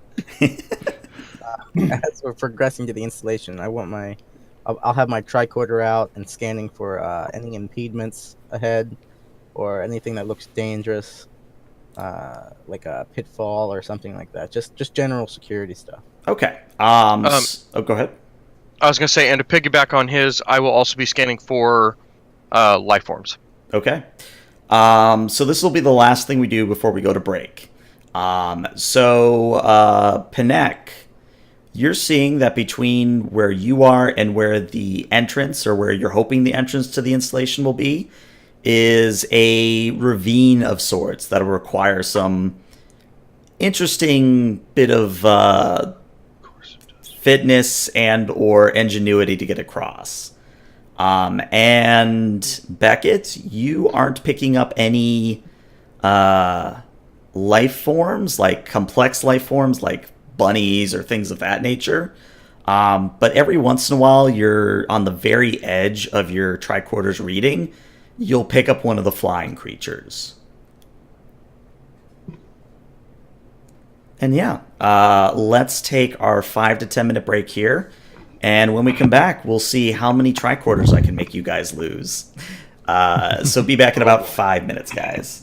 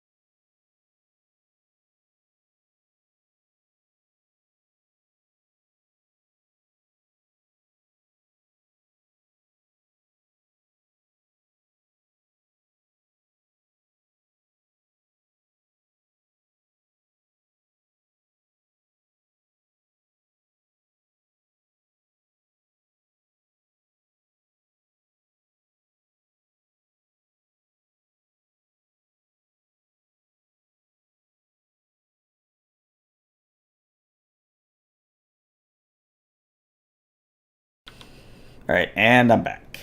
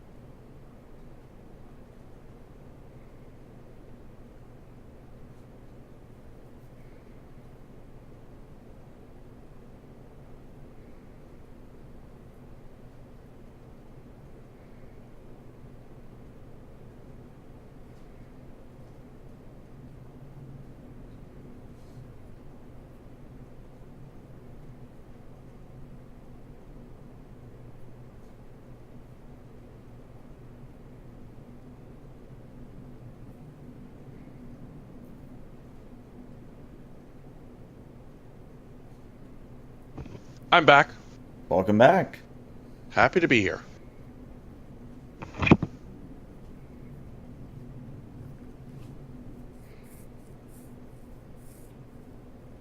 Yes, so now that I'm able to read Discord chat. So yeah, if they had similar genetic markings, then they would have been from the same place, but Right. it's one of those things where it's a weird thing for me to try and put into words that other people would understand, at least for me anyway. No, I get it. I get it now anyways.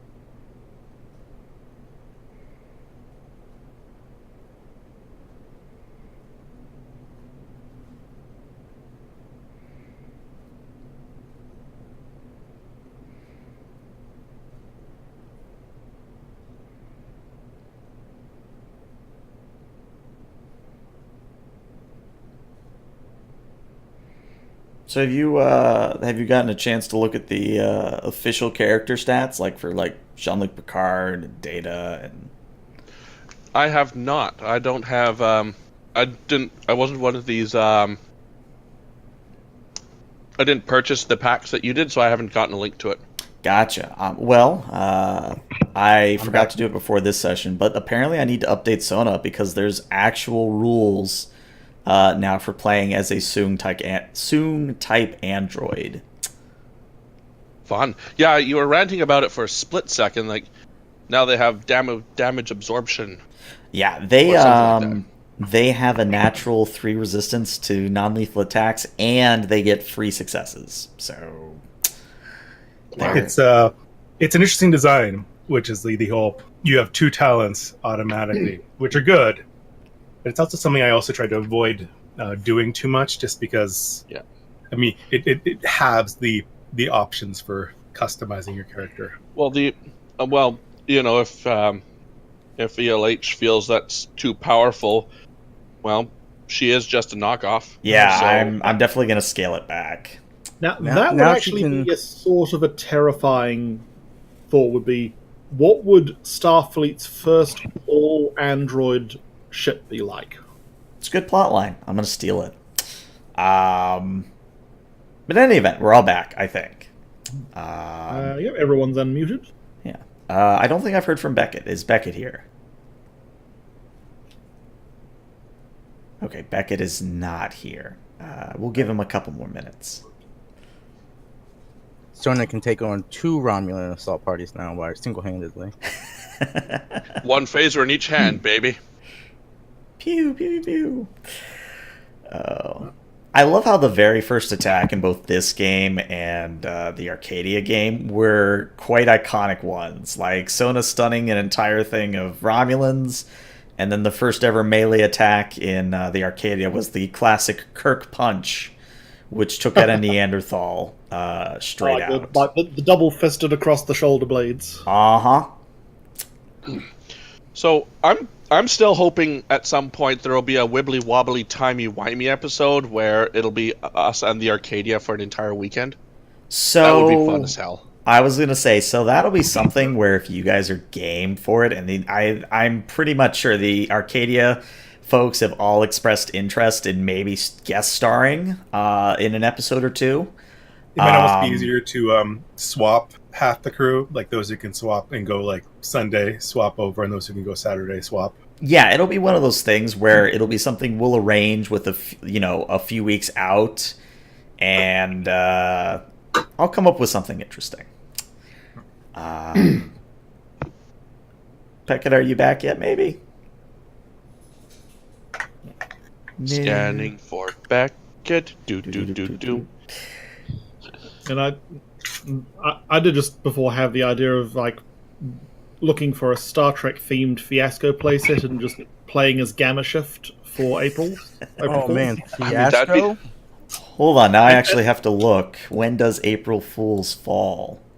Oh, you guys falls miss it on by Easter. a day. Yeah, April Fool's is on a Sunday. Oh. That doesn't mean... Arcadia could do it. I mean, We could do the it will be a Sunday for me because for me the session's at 9 a.m. on a Sunday. This is a fair point. we could do more in robbing the bullion bank. That'd be fun. All right, let's... Okay, sorry guys. Oh, right on I time. forget, was that Welcome. something that actually happened in canon? Yeah, happened Yeah. in a DS9 episode. Oh yes, that's right. There was that whole episode where Morn dies, quote unquote, and then all this stuff comes out about he lived this amazing storied life.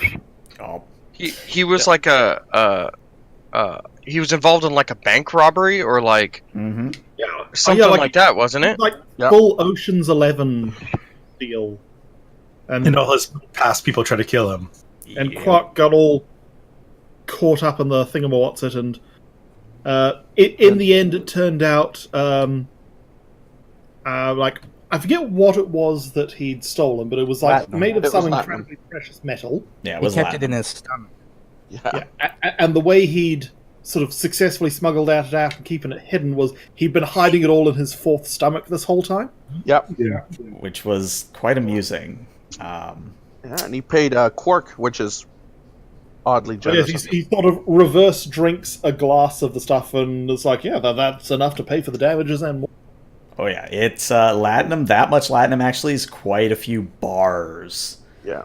But we're getting a little sidetracked. Let's resume to our game. So, as I said before the break, there is a bit of a physical challenge between point A and point B.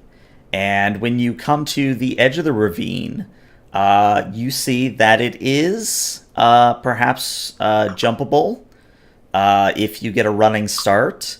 However, you don't see any bridges, either naturally formed or artificial. As you look up and down the ravine, you're not seeing anything. And you do see that at the very bottom of the ravine, like way down, you see the telltale signs of almost like the surrounding water crashing against the walls. So if you fall, you might hit water. So there's that.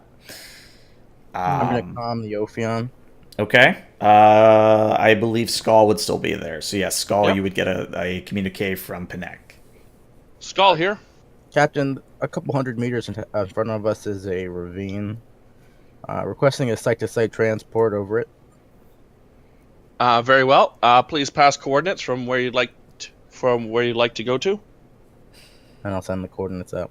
All right. All right. I was wondering Transported if you guys would figure that out. Yeah. It just as a side note here, there's a lot of adventures that Modiphius has put out that literally would be solved by transporting 100 feet forward. This is one of them. I don't understand how on the shows. I mean, I know it's for drama, but I mean, come on. We get to a giant ravine. How the hell are we going to get through this? Cut to commercial, come back, and they've already gotten past it. Well, Yeah. just site to site. Like, I mean. Yeah. Oh. Anyway. I hand it as transporters were still not quite accurate and reliable enough to make them your first choice Oh, yeah. when doing that. But in 2378, they're top notch. So yeah, you guys beam over to the other side of the ravine. There is no physical challenge needed at this point, and you begin to. I was all ready to have Mirthrin try and engineer a control rock slide that sort of collapsed into a natural bridge, but Oh dear. So I'll just cut ahead a little bit. So you get to the entrance of the facility, and it's very flush with the surrounding rock face. It looks as if the archway was set down first, and then the rocks kind of formed around it. The actual entrance is about the size of how do I want to say this? You could probably fit an elephant through this entrance, no problem. But since none of you are elephants, that means that it's a fairly large kind of open archway. And I believe it was Pinek who was scanning for energy signatures, yes? Yeah, just a general scan for impediments or anything that could present a problem to the crew moving forward. Okay, I wouldn't call it a problem, but you are detecting a active power source obviously deeper into the facility. Is this reminiscent of the power source from the ring installation? I would say it is similar, but at the same time different. It's not like out of sync going to kill us all different. As far as you're aware, that is correct. All right. I'm detecting an energy signature ahead within the installation. Marching order, I will go first. Proceed with caution.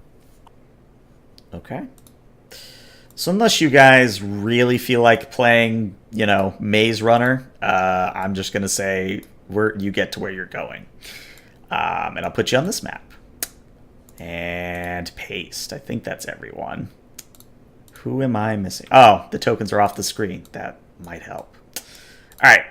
So, eventually, with Pinek navigating, you arrive in what you're guessing is the central control room.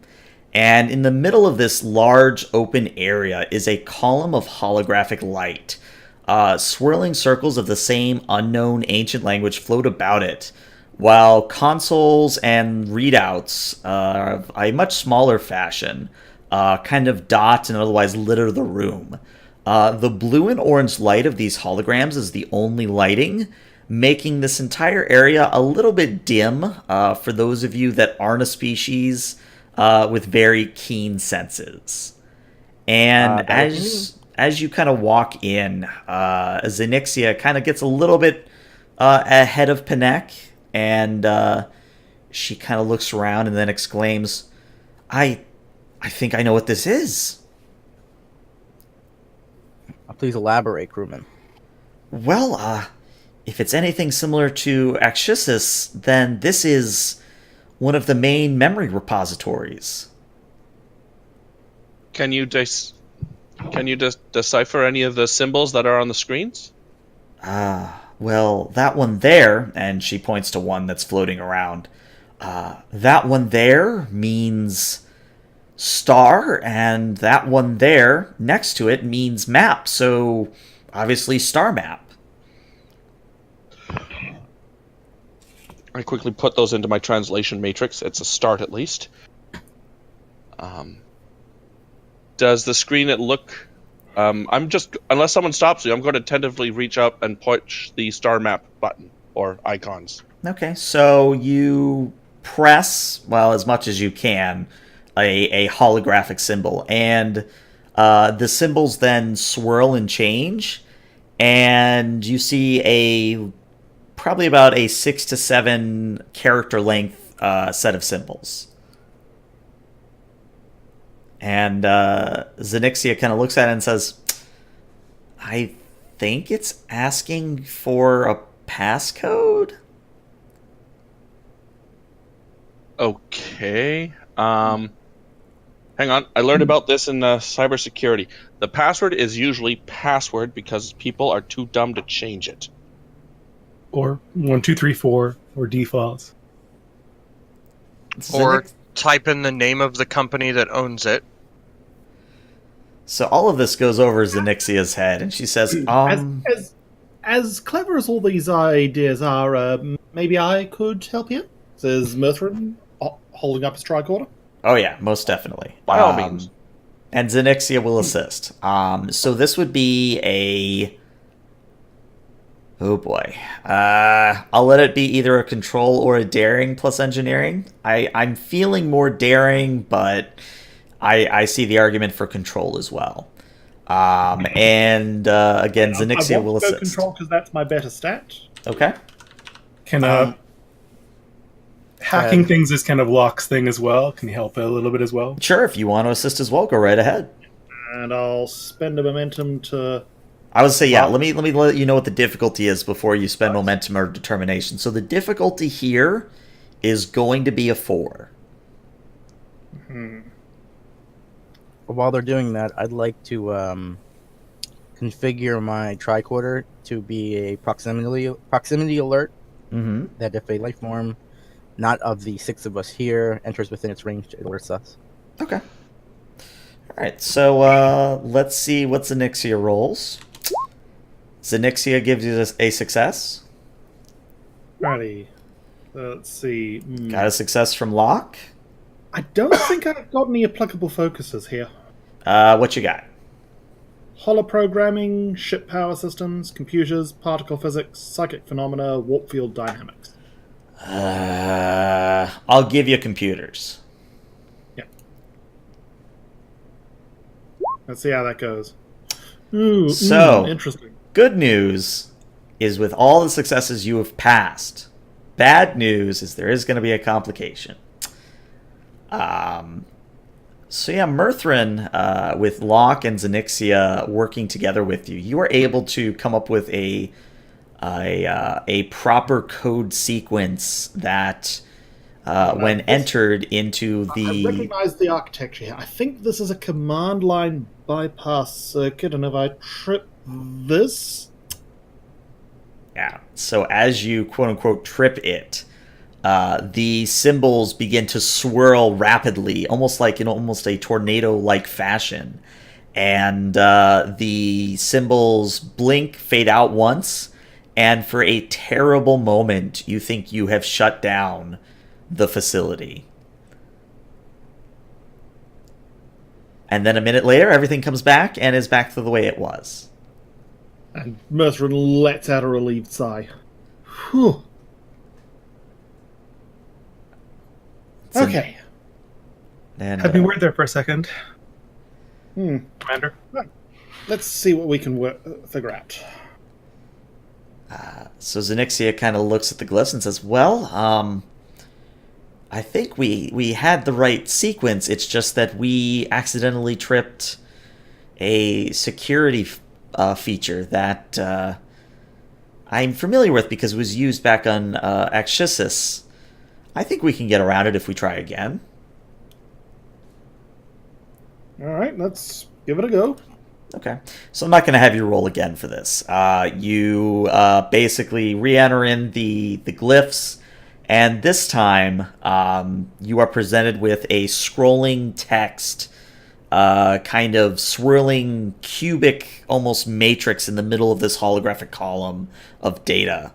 And Onyxia looks specifically at Merthrin and says, if you want, I think I know how to download this into a tricorder. Oh, please. And he sort of hands a tricorder. Okay. So she needs to roll me a control plus engineering, so let me do that. Do you mind if she takes a momentum? Nope, that's okay with me. Go for it. Okay. So I think you guys are down to momentum 2, I think. Sounds right. So it is a good thing she took the extra momentum. Yes, momentum 23. So she is able to download everything to the tricorder. However, when she presents it back to Merthrin, she kind of looks a bit sheepish. Well, as much as a slaw can look sheepish. And she says, good news, I was able to download everything. Bad news, I don't think you're going to be able to scan any more new data into this tricorder. Oh, that much? Yes. Well, ancient star map facility. I suppose it makes sense that there's a lot of data. Yes, I'm not 100% sure. I'm sure there is still some information that we could maybe get out of the system, but the main, well, for lack of a better term, the best information is what we have acquired. Are we able to determine the location of the progenitor homeworld? If such data exists, it's in what has been downloaded. We just have to go through it at this point. Well, while we're down here, let's explore a little further into the facility, see if we can find anything. But data to analyze. Okay. I mean, we can do that when we get back to the ship. Yes, sir. Locke sounds so dejected. Oh dear. All right. In the meantime, there might be power systems to analyze. Berthrud says, tapping his fingers together. All right. If this were D&D, I'd say everyone roll me an investigation check. But since this is Star Trek Adventures, how do we feel about an insight plus security roll? Would that satisfy everyone? That sounds Sure. good to me. Okay. Let's do an insight security from everyone in the away team. And I'll say the difficulty is 2. Ooh. Would my team dynamics feat apply? I'll allow it, yeah. What does that do? Oh, jeez. Berthrud and Locke trip over each other and fall off a catwalk that doesn't have railings. Just to remind you, I have a tricorder set as a proximity alert as well. Yeah, I know. All right, so I think the only person that's missing is Onyxia. Let's roll for her. Oh God, how many Oh. complications can we roll? Free complications. Oh, fun. I was going to comment that this is going to be free momentum for everyone, but So what happens to the Three Stooges? So the Three Stooges are, how do I say this? You three are more enraptured with the data you just got to really care about the rest of the facility for the moment. You know, even though there's not a lot of processing power left in the tricorder, you're already trying to go through it and glean some sort of decipherable information. Zareed, you're, you know, obviously looking around, but you don't really notice anything out of the ordinary. However, Panek and Beckett, more specifically Panek, since you got 3 successes and thus gained 1 momentum, you notice that there is a sealed passageway that has a similar sized door to that of the entrance. And you pass by this door a few times, and you haven't seen another entrance to the room if your tricorders are correct. And another thing to note is that your tricorders can't scan into the room. And then along the outside it says, "Speak friend and enter." Maybe, but you have no idea what the glyph says. And even when you catch Onyxia's attention, she looks up and says, "No, sorry, I have no idea what those mean." Commander, over here. See if you can determine a way to open this hatch. If there's a power line, something we may disrupt. I think he means you, Murthrin. Yeah, Say again? Commander Murthrin. I want you to come over and scan this door and see if we can open it. Right? Yes, of course. All right, so Murthrin, I'm just going to tell you a few things, and if you want to spend a momentum for more information, you can. But here's what you know. A, the door is obviously heavily shielded on a fundamental level. Like, it's not an actual like shield, but just the alloy makeup of the door. And the walls of the room beyond are made of a material that blocks all sensors. There are no discernible handles or otherwise like consoles to punch in a code. But a little bit of ways away from the door, you find behind one of the consoles, or behind one of the walls, there does appear to be an energy source which does feed into the room beyond. Commander, can you determine if this room is shielded to prevent harmful radiation from leaking out, or if it's shielded purely to prevent prying? I can definitely try. Spending a momentum to find that sweet extra info. Sure, let's go for it. That'll give me 2 questions, because I've got the studious thing. I Excellent. hate to open up a door to to a reactor or something and radiate us all. First question, is the shielding like a quarantine door, or is it a defensive, stop things from getting in setup? More of the latter. If you had to qualify based on what you've seen so far, this is almost like a vault. All right. A follow-up question. Mm-hmm. With my tricorder scanning and all that, am I picking up any telltale signs of some sort of defensive mechanism, like an electrified field, or the door's hooked up to an alarm system or something like that? If they are, they have eluded your tricorder. Alrighty. Well, this definitely looks to be some sort of storage vault. At an educated guess, I'd say it's safe to open. Or at least try to. Is the power source active and feeding into the door, or is it off? Something that we need to activate or disrupt? It would be the latter. See if you can disconnect this power coupling. Yep, let me matter. see if I can find an access panel. And he goes to try and find something around the door to fiddle with. Okay, so I think this is our second difficulty 5 task here.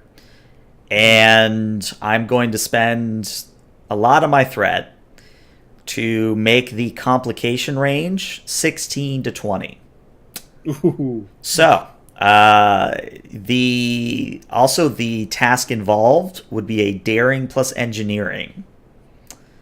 So this would be a time to spend your momentum, maybe give me some more threat for dice, spend determination, etc., etc. Can I assist? I'll allow one person to assist. I'll go with Onyxia because she's probably the best Yeah. equipped to help me with this. Okay. So how many? What are you spending at this point? Let's see, how much momentum have we got? We've got 3 momentum. 2. 2 momentum. So let's see. Do you have to spend momentum to use determination, or do you just spend the determination? You just spend the determination. Okay. That'll be good. You just have to have an applicable value for the situation. Yeah, I think I do. If at first you don't succeed, use a bigger spanner. I'll allow it, sure.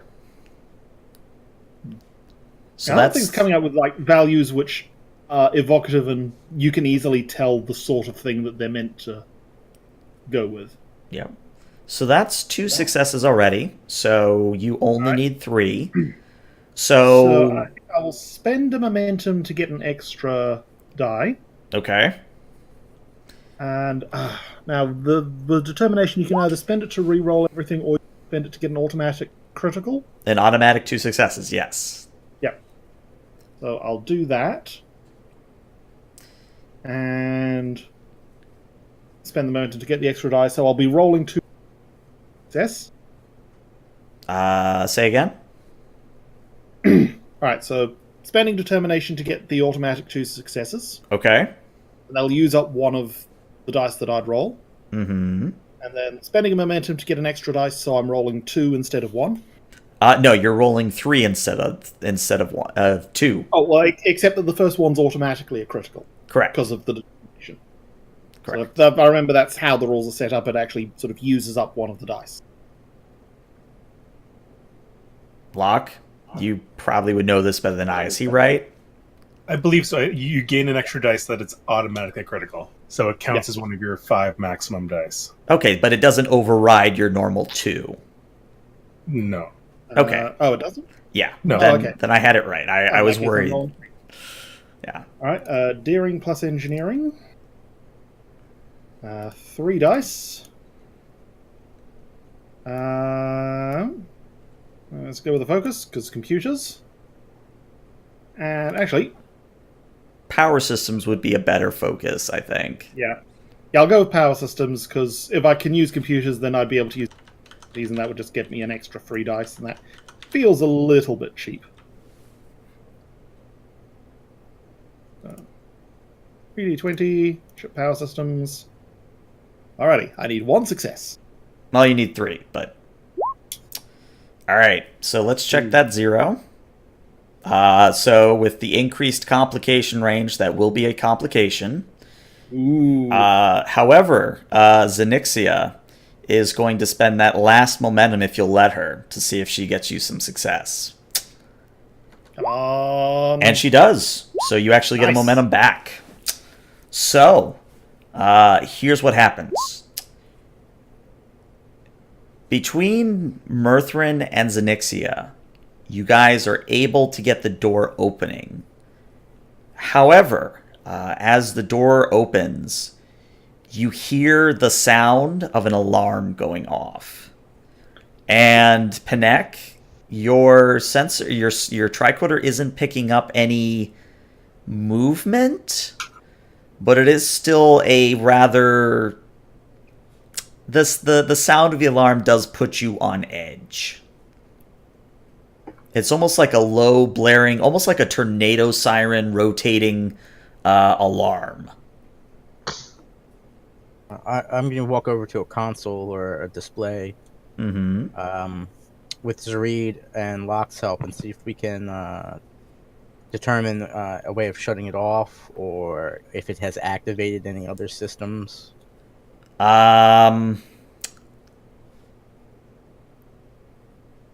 I would say this would be if you spend your momentum to create an advantage here. I'll allow you to get the answer you want. Oh, okay. And the reason I'm doing that is because Onyxia is still working with Mirthrin, and Onyxia might have a better idea. So basically, by spending momentum to create the advantage, you can change something about the scene. And the change that, of course, you can come up with a different one if you like, but the one I had in mind was that Zareed has figured out enough glyphs to basically, read the console in front of you. That's why I grabbed her. I figured Zenixia was busy and she's got this. Yeah. Yeah. Matrix. So, I yeah. mean, I'm willing to spend the momentum. It'll be our last one, but I So, can spend it. yeah, I would spend it. So Zareed, you're still figuring out the language, but based on what you're seeing and what you've witnessed before, the alarm is counting down to what you think is another reset. So you have approximately 1 minute to get whatever is in this vault out until the doors will close again. Okay. I will be sure to enunciate that clearly and loudly. As soon as Mertrin will rapidly sort of tap in a timer on his thing and dash in to... I'm right in behind him. Yeah. So. Okay. The good news is you don't actually have to go that far. You step in maybe about 15 feet, and then a single spotlight light from above illuminates what appears to be a rectangular box of some sort. And it has handles or handholds on all four sides. And it has further glyphs on it. All right, Zenixia, fancy a little bit of opportunistic archaeology? She runs in, scans the symbols, and says, I have no idea what these mean, but we should get it out of here nonetheless. 45 seconds. Box on a pedestal. I think I've seen him. Grabs the middle. Right.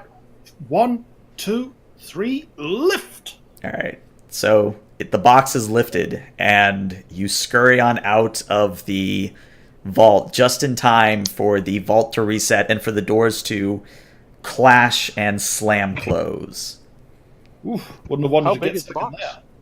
there. The box is about the size of a guitar case. I'd like to do a security scan and to see if there's any traps or if it's locked or if there's some sort of security measure in place to prevent opening it. Okay. I guess this would be a insight plus security again. Yeah, let's do insight plus security again. And difficulty 2. I'll let it succeed at cost because I want more threat. Oh, boy. You're not detecting any traps. However, you're also not really sure how to open it.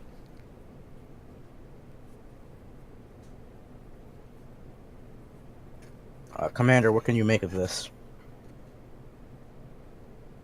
Is there any energy signatures coming from it or emitting anything? There is a very faint energy signature. I wouldn't recommend transporting it back to the ship until we know what it is, or transporting it at all. Commander Mirthrin, what can you make of this? Do you have any insights? I honestly, I will need to get back on the ship to get any useful answers, but obviously it's important.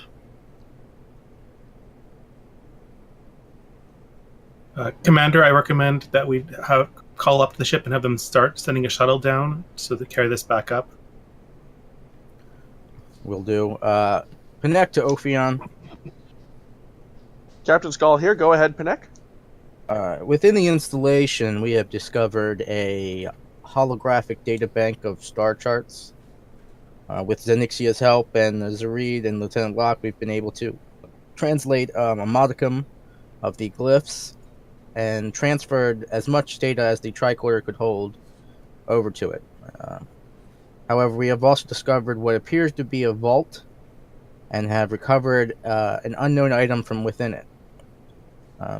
In order to prevent further complication during transport, as there is an energy reading emitting from the item, we request that you send down a shuttle to recover the item and the team. Understood. I'll dispatch I'll dispatch a pilot and a shuttle, and we'll be down there within 10 minutes. Thank you, Captain. Pinek out. All right. I shall call our favorite Cardassian, Sikolotus, and tell her to get the large shuttle prepped and down to the surface for shuttle pickup duties. Aye, sir. I'm on it. All right. So 10 minutes will pass before your shuttle arrives. So what's going on with the away team during that time? And there's no obvious way to open it. Like, there's no latch or... No latch, no holographic symbols on the surface. They're all etched into the material, whatever it is. And I think Merthin will just be bouncing ideas off Onyxia, just wildly speculating about what it might be. Okay. There's no import, or there's no ports on it that we could plug in archaic connections to? Nope. No serial port. Oh, no God. serial port. Commander Merthrin. He's technically a lieutenant commander, but okay. Lieutenant Commander. I'm sorry, I've already pre-promoted you. It's emitting an energy signature. What if we took that signature and then sent back the inverse towards the item? Perhaps it's some sort of a lock and key signal that would open up the device. That's not a silly idea, actually. I'll give it a go, and sort of sets his tricorder to do it and just sends out a weak pulse of the inverse. Okay. So you all hear a loud click, and then the box's top begins to reciprocate and recede as the interior is revealed. And inside, you see, I'll say you would maybe know the function of it almost right away, is what appears to be a large rifle of some sort. It has a stereotypically long barrel. It has a scope, but it is of such alien design that... let me see if I've got a picture of what I have in mind here. I honestly didn't think you guys would figure out how to open the box so quickly. I did not expect that to work. This is what happens when you have a Vulcan on the team.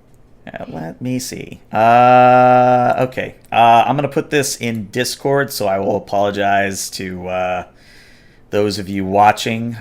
Just pretend it's your really, really cool favorite gun that you're able to find. I just had it. Where'd it go? What is its name? Okay. It is... I have too many images. To be locked behind a door like that, it must have been a very potent weapon.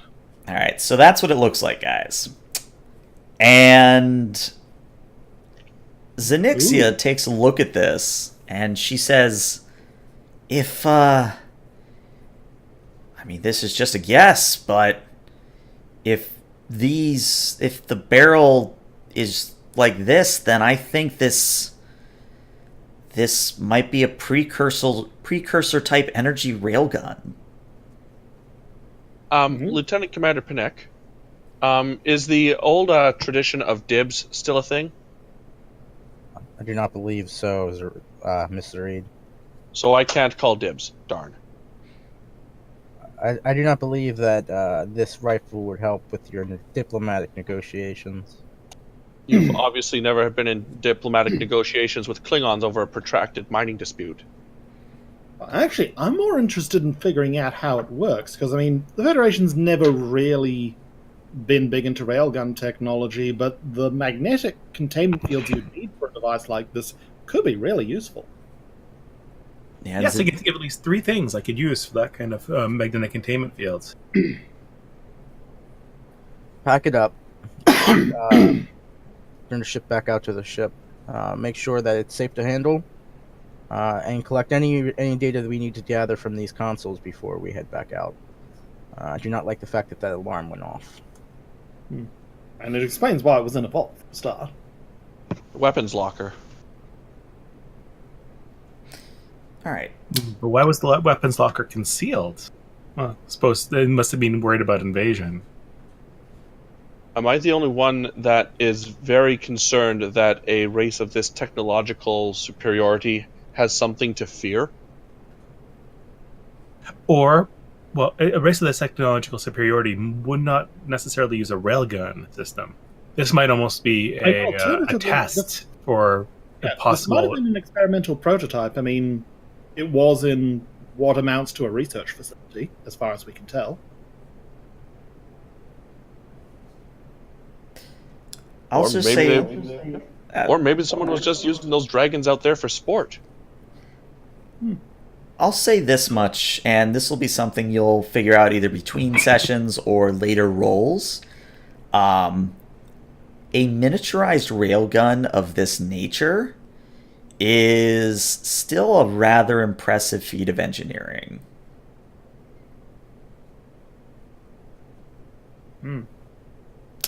But anyway, Given the nature of the progenitor's tendency to transplant other life forms and sort of engineer societies, it would seem, perhaps installations like these and the ringworld are meant as to act as a guiding force that these societies and cultures would eventually discover and lead to essentially affect their development. Maybe this entire installation is a test that the native species would come across and explore and investigate by design. That's what I was thinking. Alternatively, the obvious is you use a physical weapon rather than an energy weapon if you're fighting an enemy who is resistant to energy. This weapon such as this would be very effective against the Borg. True, you can't adapt to you can't really adapt to kinetic energy. Something fired at a very high velocity, the Borg's adaptation is not going to be able to handle that. Or you're fighting against someone who has armor that deflects or reduces energy weapons. Just a thought. The Sabine Expanse seems to constantly leave us with more questions than answers, gentlemen, and I'm sure Starfleet will have even more for us awaiting our return. But let us continue. all right. Yes, sir. So, to kind of bring us close to a conclusion, but not quite, the shuttle arrives, and I'm assuming everyone hops on board with your new shiny toy in hand. Mm-hmm. Yes. Okay.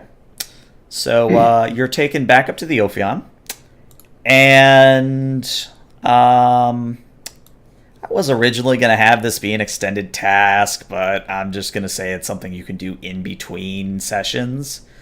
You more or less get the Ophion's computers to work on deciphering the hollow star charts that you downloaded from the installation. And obviously this will take some time. which Oh, means... point of order. Go ahead. Is Panek going to be... Will Panek be handling the taking the weapon and sort of setting it up with the research teams? I will escort it to engineering, where you guys can begin diagnostics and kind of, mechanically dissecting this thing. But I would station maybe one or two security detail in engineering while it's there, just in case. Okay. Excellent. I'll take the opportunity to dash over and find his Calto to swap it out.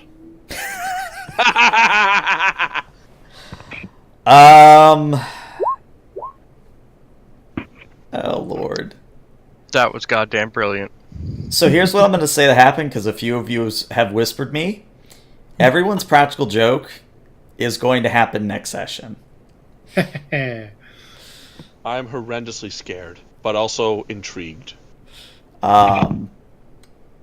So, as we are usually want to do, as we kind of end the session or bring it to a close, as you said, the Sabine Expanse leaves you with far more questions than answers, and it's really unknown what else is waiting for you out here. So, for anyone watching on Twitch or on YouTube, this is where we say goodbye. So thank you for watching, and I will see you guys next week. Bye-bye.